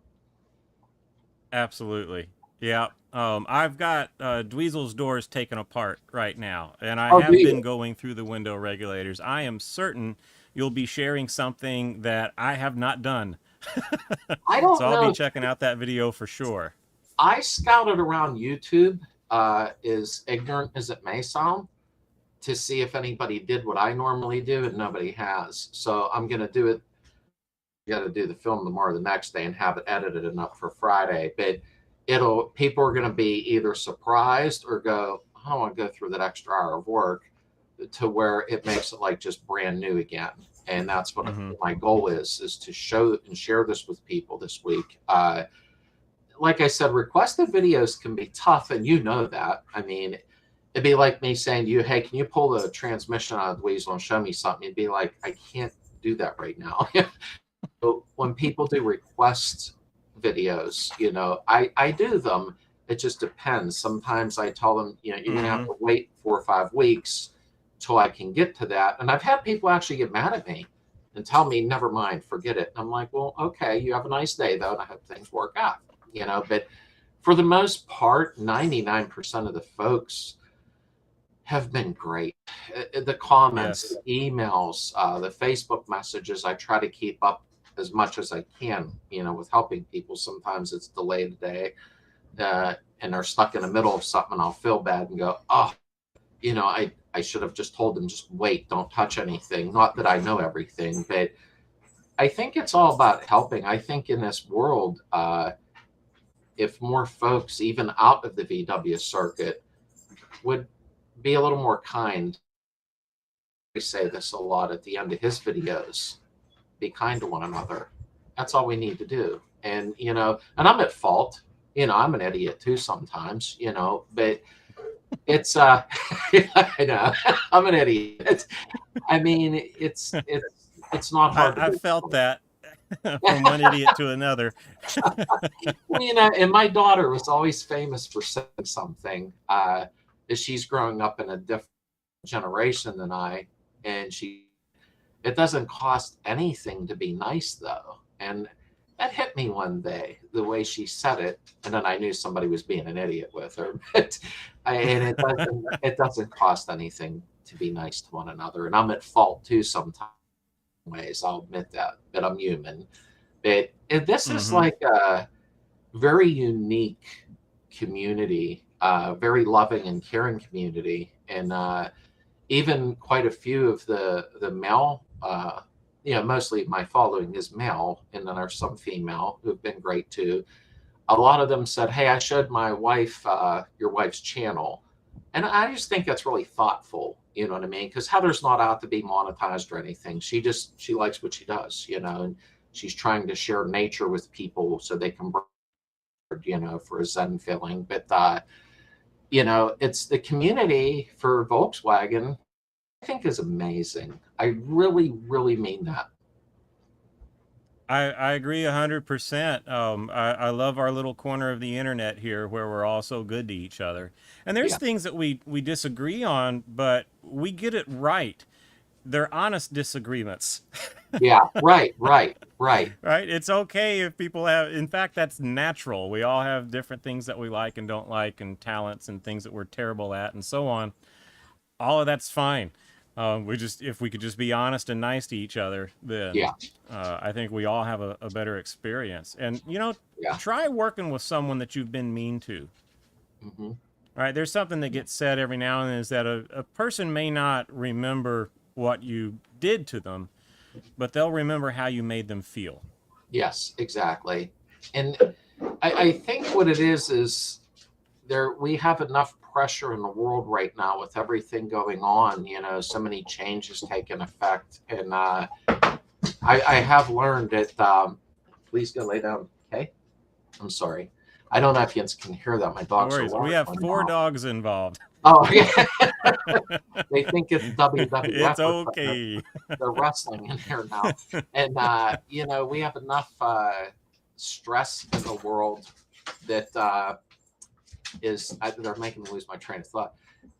That I think sometimes, you know, like I'd seen what you said, you know, the other night in text, you know, I'm in the garage decompressing. And yeah, everybody needs to turn off the news, you know, turn off the social media and go into the garage, or maybe take a walk, you know, or something. And here, honey, get going. And enjoy life, because life can go very, very quickly. And I think that It does.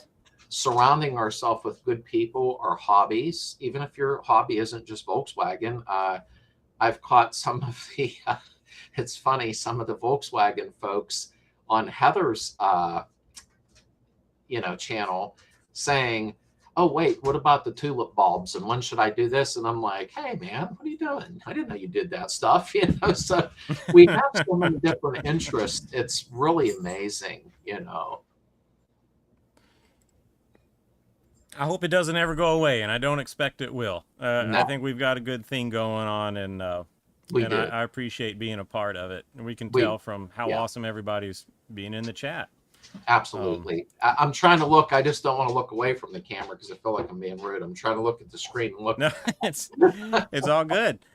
So we have up now the 67, I think. This is Yes. Heather's Beetle, the Yes. project in waiting.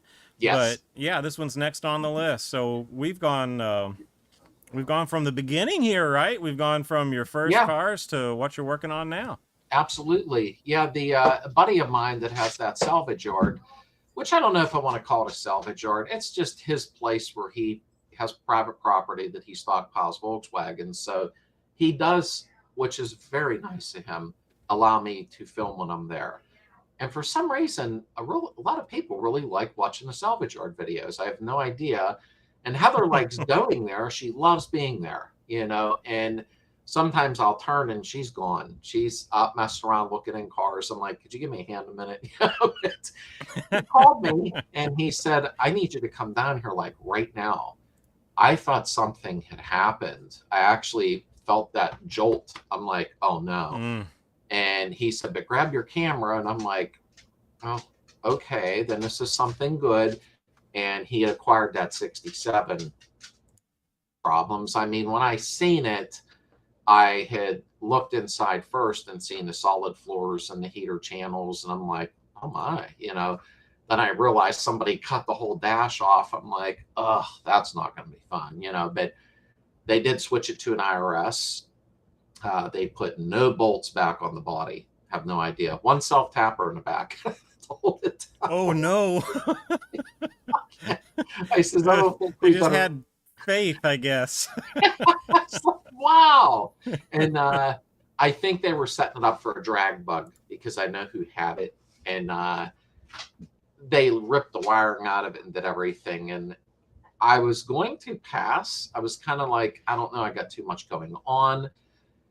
And I'd already been through a couple cars that I got here and then really looked them over and went, oh, what did I buy? And Heather started, she goes, wow, 67. I wouldn't mind a 6. And she kept repeating herself. And I'm like, just put it on the trailer. We'll take it home, And then they put a glass sunroof on it from the 80s. And I'm like, well, there's your chance to have a rag top because I'll cut it open, And in fact, being a 67, it didn't have the glass sunroof. I would not do that.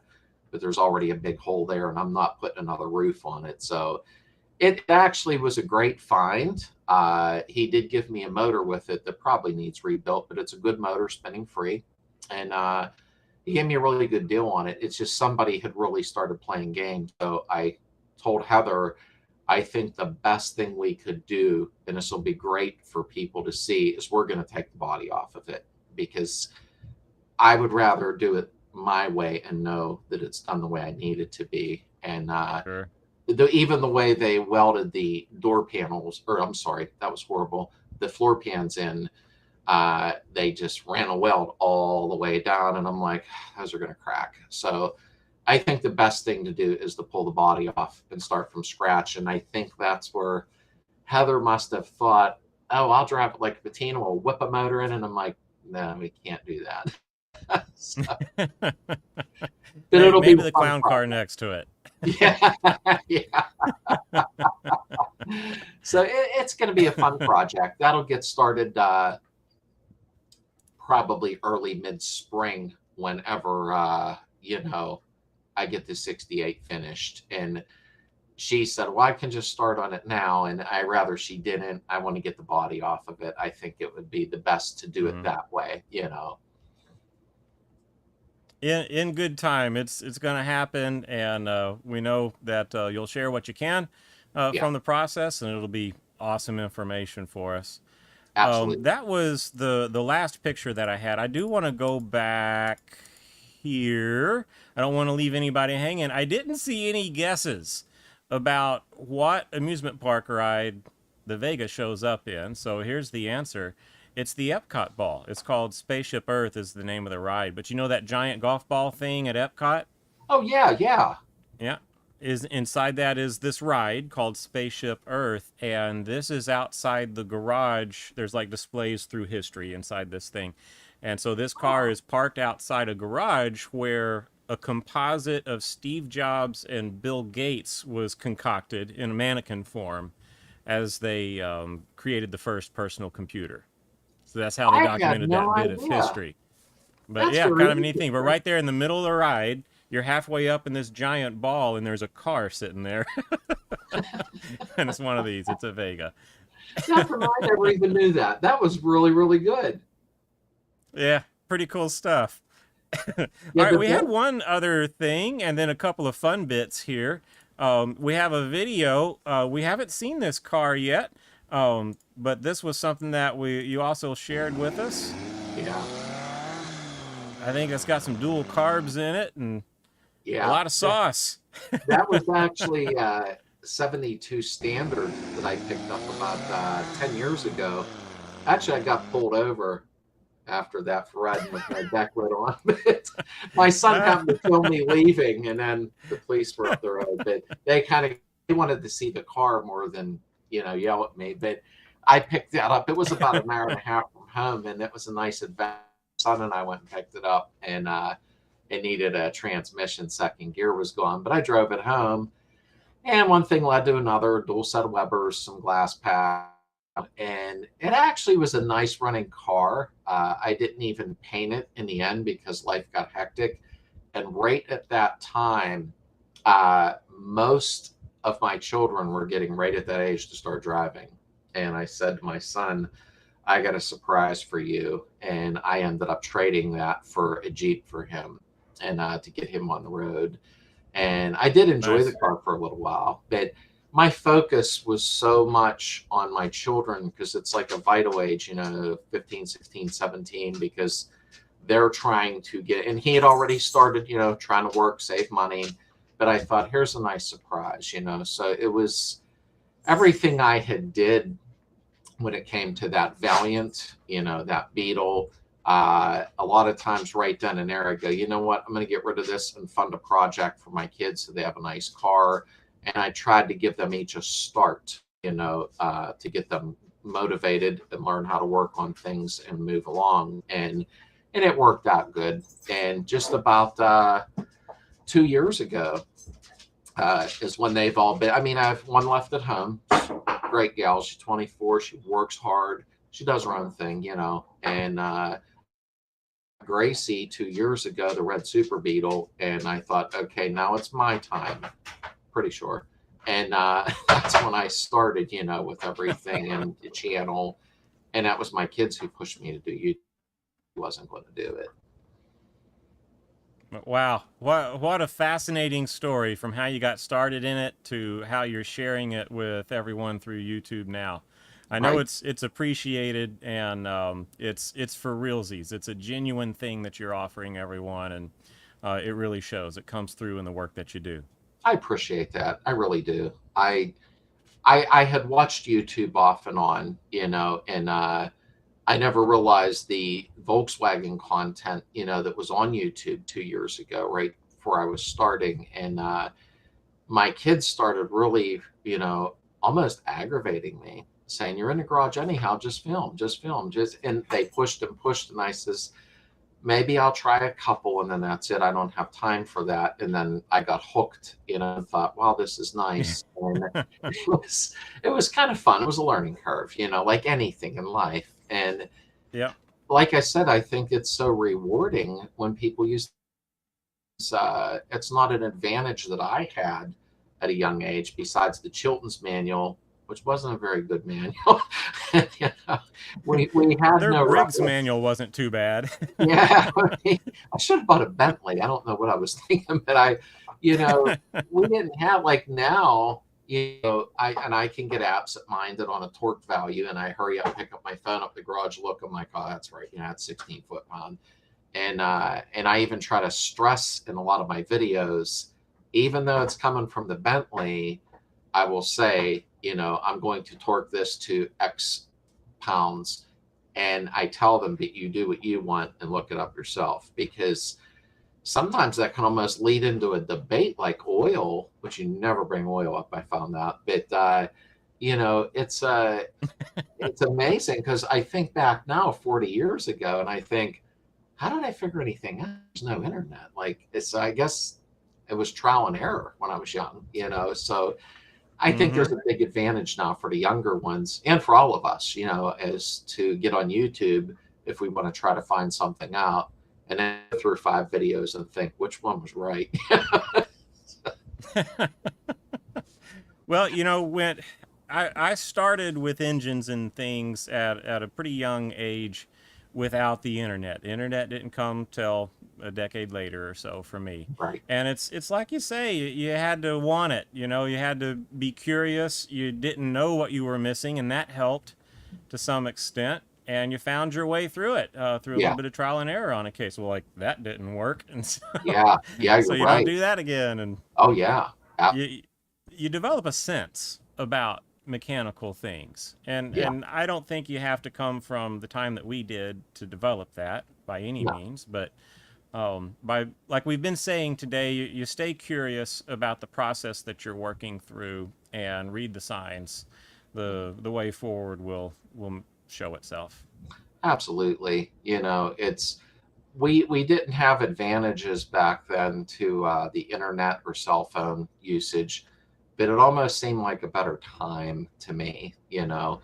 And I'm just as guilty as anyone with my phone constantly. And it's funny because I'm the first one to say, I don't like technology, it ruined the world and blah, blah, blah. And then I pick my phone up, you know. And it is so Yep. convenient, you know, and it's I'm one of the ones that goes back and forth. I'll complain about it and then I utilize it, you know. And when I did for 32 years, I didn't work at a dealership. I wished I would have, because they had the same fleet of, 4 or 5 cars coming in all the time. I worked more as a private mechanic. So anything that came through the door, you had to fix it, whether it be a Mercedes, a Ford, a Pontiac, anything, Mopar. And I even a foreign car, working on a Datsun B210. Yeah, and I'm thinking now, wow, wonder how I knew how to fix them, because I have no idea. Well, you had faith in yourself. You didn't know how to fix them. You knew that you could figure it out. Right. And I knew which ones to avoid, like a heater core in the mini Blazers.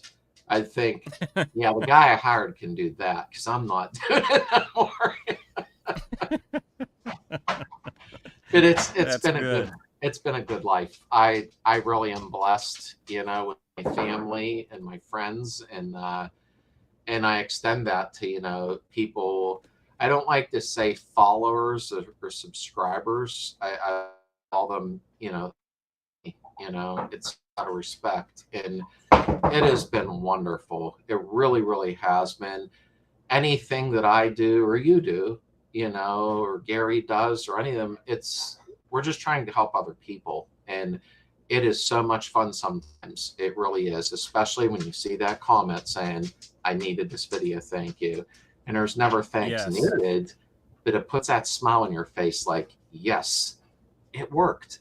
Their car runs too. Yep. So, that's one of the unexpected benefits for me, is when you connect and someone finds some value in what you provided and thanks you for it. That was a really unexpected, pleasant surprise for me. What I got into it for, and I don't know, maybe you feel this way, maybe not, I don't know, but I work in a situation like the day job thing, right? Yeah. It's not this. It's pretty much unrelated to what we do on YouTube, and it's fine. They can work in parallel, but I'm not around people that know this, that do this, that have any interest in it, and that's not a criticism whatsoever. Everybody's into their own thing. I'm around good people in my day-to-day work, but I don't have anyone to share this with in my day-to-day work, and I went on like that for a long time, and finally it's like, I got to find a way to connect with people between the shows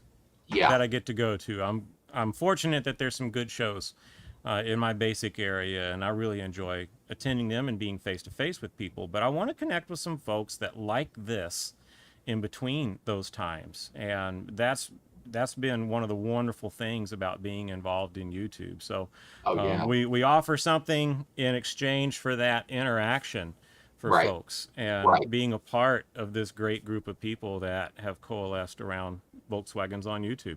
Yes, I agree. It's not everybody can have everything in common, maybe to just be kind, but outside of that, it's, even when I was a mechanic, I've done other various jobs in the evenings. I'd be a mechanic during the day, and I'd be at a pizza shop at night, and because, raising 4 kids was not cheap. And especially I wanted them to have pretty much a lot of things that I didn't. So when I would get to my evening job, working 2 jobs, and there I am flipping pizzas, and I'm thinking about cars the whole time. I'm thinking, this isn't working. I used to do that too. Yeah. And you know what? It was anything I could get my hands on outside of, like, my normal job during the day.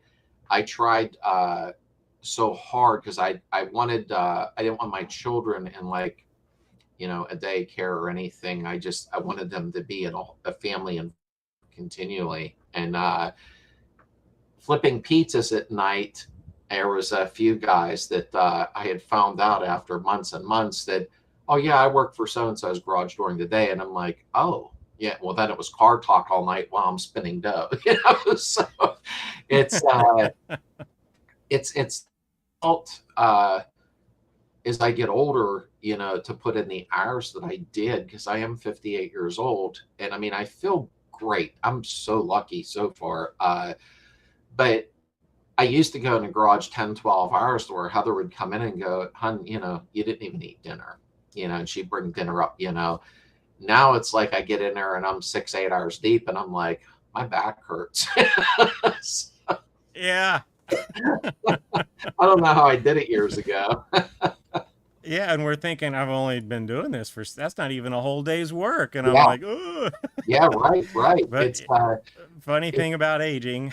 Yeah, oh yeah, it's and I do feel good. I really do. I'm lucky so far, knock on wood, and I try to do the best that I can do in the garage. Wished I had a bigger garage. I don't. I see some of you guys in these big garages, and I'm like, wow. And then, a buddy of mine said, no, it don't matter. Don't build an extra garage because you'll just store junk in it. And I thought, yeah, he's right. I will. There's never enough space.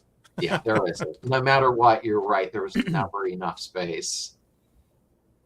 The only thing about the size of the garage is managing the safety. Yeah. You try to cram too many things into any size of space, and then you don't have room to get away from a machine when something goes down. Yeah, you're right. You're very, very right. I got to that point in my garage, which I'm happy with the size of it. It's a 2-car space. It's a detached old building, and it's great.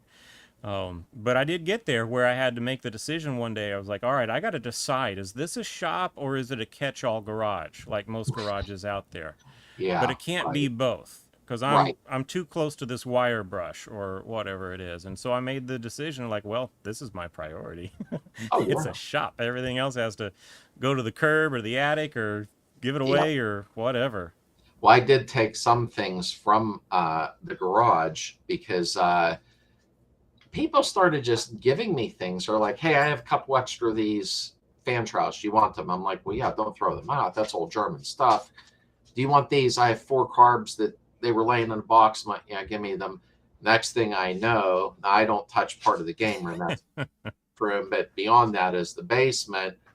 And it started. I started putting stuff back there. And now I'm like, oh crap, what did I do? And I did leave something in Heather's craft room the one day. I forget what it was. I think an alternator didn't make it back. And I kind of set it there because I was busy. And then she come up later and said, your alternator's sitting back with your stash. I'm like, oh, sorry. So we ended up getting so much stuff, and I always try to deal the parts back out to people that need them, and because there's nothing like the good old German quality parts. I think they were superior to some of the things we get now, unfortunately. I try to stick with I'm sorry. Darren knows I make pizza a lot. But, I lost train of thought. Pizza. Oh my. But a lot of the parts we got now, they're failing, and it's sad. I try to stick with one main distributor that I deal with a lot, and so far I've had a lot of luck, and I don't want to say their names on here. I don't know, do that, but I don't mind. Yeah, I try to be honest with you. I try to stick with Wolfsburg West for a lot. They've treated me very kind. I don't get no special discount or nothing like that. But when I pick up the phone and call and say, Brian, blah, blah, blah. And he's like, yep, no problem. We'll take care of it. And the funny part is he don't even have a YouTube channel, because I never wanted them to think that, oh, I'm using this against you. I can bring you out. They don't even know. They just know me by my real name. And they've always treated me great. And I've always got really nice parts. And I do also order from CIP1. Southern Cal imports a little bit here and there, but in Apple Tree Auto, I didn't know about them for the longest time, and I've had some luck through them. But Wolfsburg West, there's something about their stuff, unless it's a placebo, and I've been lucky. I've gotten a lot of good parts off of them, especially like sunroof parts are made in-house there, and I keep getting stuck with sunroof cars, but they've treated me really well. They really have. Yep, that's a good list. Since I'm working on doors and looking at door seals, there's a couple of things I'll be getting from West Coast Metric. I forgot about them. For window seals and that kind of thing. But yeah, and these are names that are not a surprise. Right, to right. to anyone. People pretty much know this. Yep. What? And as far as sponsorship relationships and that kind of thing goes, I'm certainly open to it. I've never had a sponsor, but it's going to be one of these people that, or one of these groups that you just listed, that would be the dream sponsor, right? Like, I'm I not just, going to do the plastic light that sticks to the ceiling, well, I just that ended kind of up, thing. It'd yeah, be you something know I'm what? using already. I've had a couple of them. Somebody, I was going to go buy a motion detected LED light for outside of the garage, and here a sponsor, I can't remember the name right now, it's un-VW related, did send me a light. And I says, I'll work it into one of my videos because it's a really nice light. So I'll end up working it in. Now that I brought it up means I forgot about it the last few weeks. But one sponsor that I really want to bring up, and he did not ask me to do this. I don't even know if he'll see this video, but I'm going to ask him to watch it because I know he knows who you are, is Save the VW, SAVEVDUB. He's in Northern California, and I'm going somewhere with this. I consider him a friend. We talk privately a lot, and he builds a lot of engines. That's what he does. Now, he has a regular daytime job, but he does build. His name's Randy Kelso. Every time I hear Kelso, it reminds me of that 70s show, but it's Randy Kelso. And he has SaveTheVW.com. And while I was in chat, like 2 or 3 months ago, I really can't remember, and I'm sorry, I keep glancing over at the chats, and That was my fault. no, that's fine. I think that's unique, and he was in the live chat a couple of months ago, and somebody had said, what are you putting in chaos? That's the 68 Beetle I'm doing. And I said, well, I planned on doing a 1776, and which I feel is a really nice, reliable size motor. Well, I have talked to him before privately on Facebook Messenger and on the phone. Great guy. And I was always a little intimidated by him because he's really good at what he does with building stroker engines and that. And that's not something I'll be doing a video on it, but that's not something that I'm highly skilled at, is the stroker part. And he said, I'm going to sponsor you and give you a 74 millimeter crank, a 110 cam, and a couple of things. And he had said it in a video, or I'm sorry, the live chat. And I thought, wow, that was very nice of him. So I got into contact awesome. with him like maybe a week later, I can't remember. And I said, before I make a final decision, blah, blah, blah. And he says, well, let's punch it, for I'm going to go ahead and sponsor the long block. And I said, you mean you're going to sponsor me for the cam? He said, no, I'm sponsoring you for the whole long block. And I was like blown away by that. It like caught me off guard because I was going to just take my time and buy a part here, a part there as best I could. Well, I had a good German engine block that still had standard bearings in it, and it was an auto stick block. And if anybody knows anything about that, you'll want the auto stick blocks because they're not pounded on real hard, from clutch. I says, I'll ship the engine That's out a to good you. tip. Oh, yeah. I stripped the block down, checked it, sent it out to him. He sent me pictures back from the machine shop, and I'll slide them in a video one day. They machined it out, did everything, clearanced everything. And I just actually talked to him the other night, and he says, hey, I'm going to start buttoning everything up for you. The shipping's going to be crazy on everything. But he had acquired a brand new pair of big valve heads, the pistons, new crank, new cam, new this, new that. Literally the whole long block, minus me shipping the block to him. SaveTheVW.com, Randy. He's awesome. He actually sponsored the whole dang long block. And I will never forget that the rest of my life, because I never, ever would have expected anybody to do something like that for me. And then he said, you don't have to bring my name up and out, but I wanted to, because that was the most kindest thing that I have ever had anybody do. And it's genuine from him. You don't want nothing. Yeah, I mean, I'm going to pay the shipping to get the stuff back here. He's just a kind, and he said, I did pretty good in life lately, so I'm just passing it forward. And I just thought, oh yeah, there it is, savethevw.com. Thank you. You bet. It was, Brent, that was the most kindest thing I ever had anybody do for me, ever. And it blew me away. I mean, and it's just genuine. But I'm glad I remembered to bring that up, because it'll be a 1904 that's going in chaos, the 68. I didn't name it that, Heather did. And even when I was going to do a stock engine, she goes, how could you do a stock engine in something named Chaos? And I'm like, here we go. But Randy is a really great guy, really good at what he does. And I'm probably going to pop it all back apart when it comes.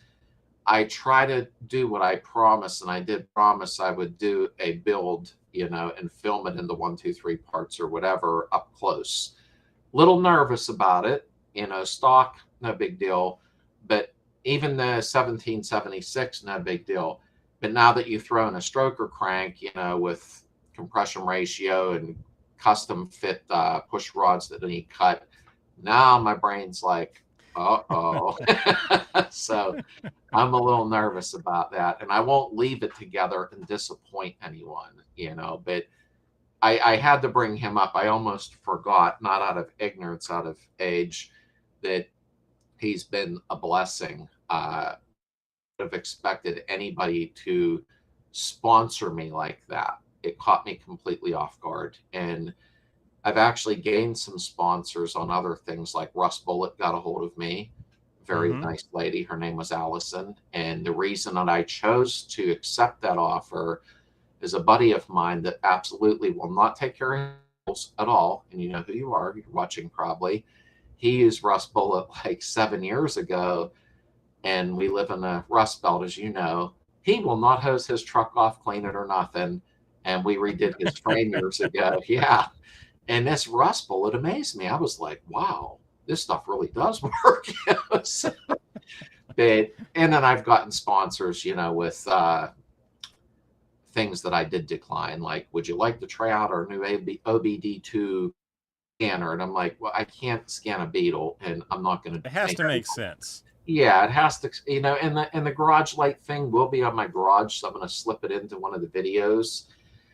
It wasn't even a thing about getting a free light, but it was the one that I had chosen online, pretty close to it. And I thought, okay, I can slip that in. And I try to show certain things once in a while, like maybe a tool I'll pick up. It's not sponsored. Maybe I pick a certain tool up from Harbor Freight, something like that. And if it does work, I'm pretty surprised. And when they do, I'm like, you know what? I got to mention this during the video so people know, yes, you can buy that. It will work, So I have gotten offers from a lot of sponsors on certain things. I'm like, I can't figure out why you're contacting me, which is appreciated, but it has absolutely zero to do with what my channel is all about, So, and it's not an egotistical thing. I'm not bragging. I don't mean that way. I think it's out of respect for the audience.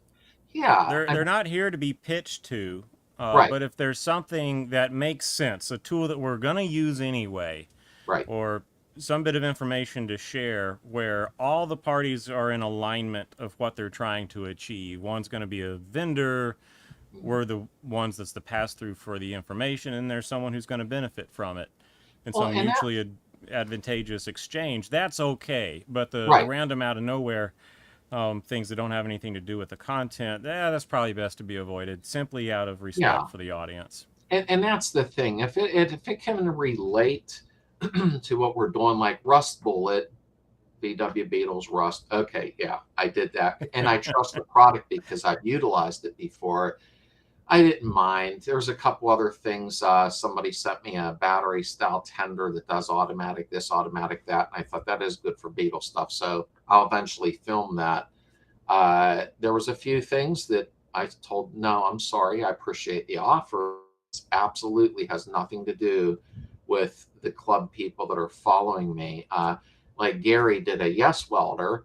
I agree. He should have done that, and I can appreciate that, because now, if in fact, and Gary didn't do it out of greed. He was like, oh, because I think Gary already had a welder, but Gary did the Yes welder, and I've watched his videos, and truthfully, it was a pretty nice welder. I'll probably, when I move to that level of welder, I'll just use Gary's promo code, and hopefully it helps him a little bit. But the sponsorships that Gary has received were related to VW. So Yep. I agree. There are some things, if they want to send me, if it's VW, well, somewhat VW related, where we'll utilize them on them, that is awesome, because it can take a lot of money to keep films going sometimes, depending on what you're doing. And I don't mind that. I just do it affordability, But honestly, I agree. There's some of the sponsors, I think, I don't have a computer in my Beetle. Why are you saying that? So I'm always courteous, and I thank them, Like you said, this does cost a little bit of money, and what we're able to save, it costs time that we could be using to earn money some other way. And so there is a legit issue of sustainability in a channel. Yeah.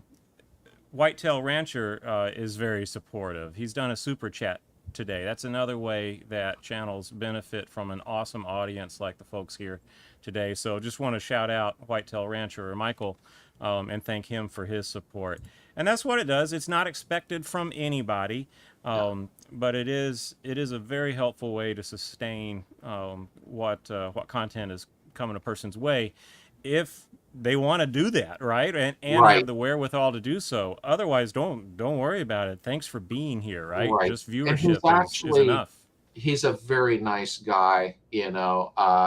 I speak with him off and on. Mike is a wonderful person. He really is. And I do have on my website where I will get donation once in a while, and more than I thought.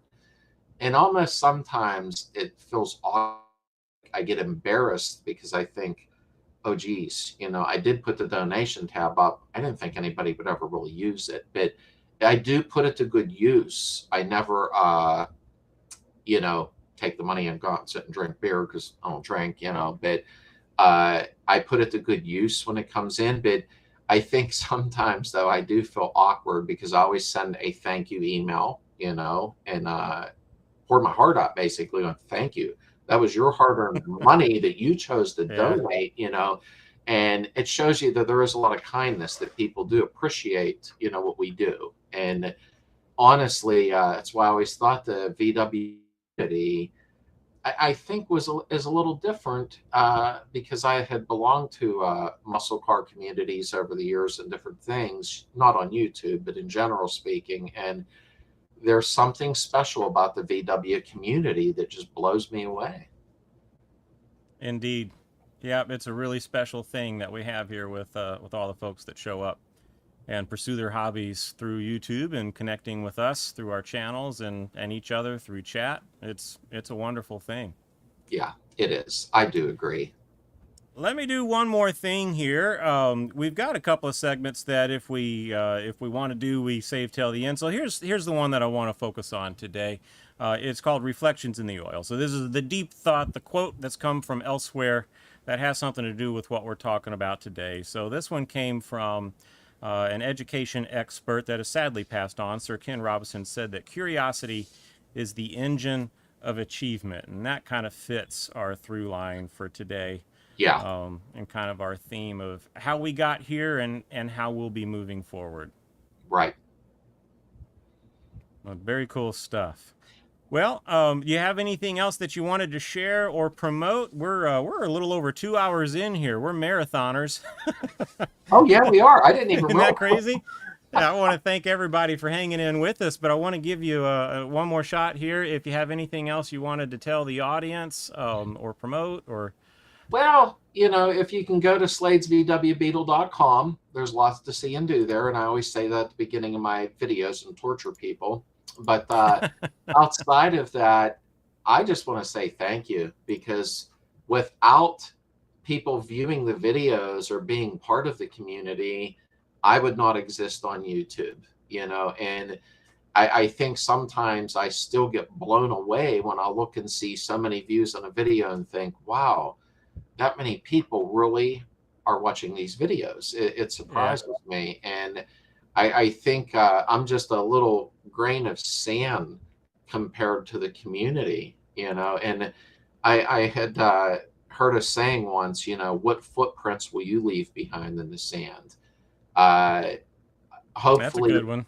yeah, hopefully a little bit, you know, hopefully I leave a little bit behind where somebody says, that dang idiot really did film. You know? So I mean, I feel blessed. I really thank everybody in whole, other YouTubers, pretty much all the, you know, I don't like to use the word viewers, but everybody that's part of it, whether you're just viewing the videos or leaving comments or hitting like, or I get a lot of really, really nice emails from people. Unfortunately, sometimes it takes me a few days to catch up on all of them. And I just want to thank everybody because we're all part of this. You know, it's not just about me filming videos and putting them out there or the other YouTubers just filming.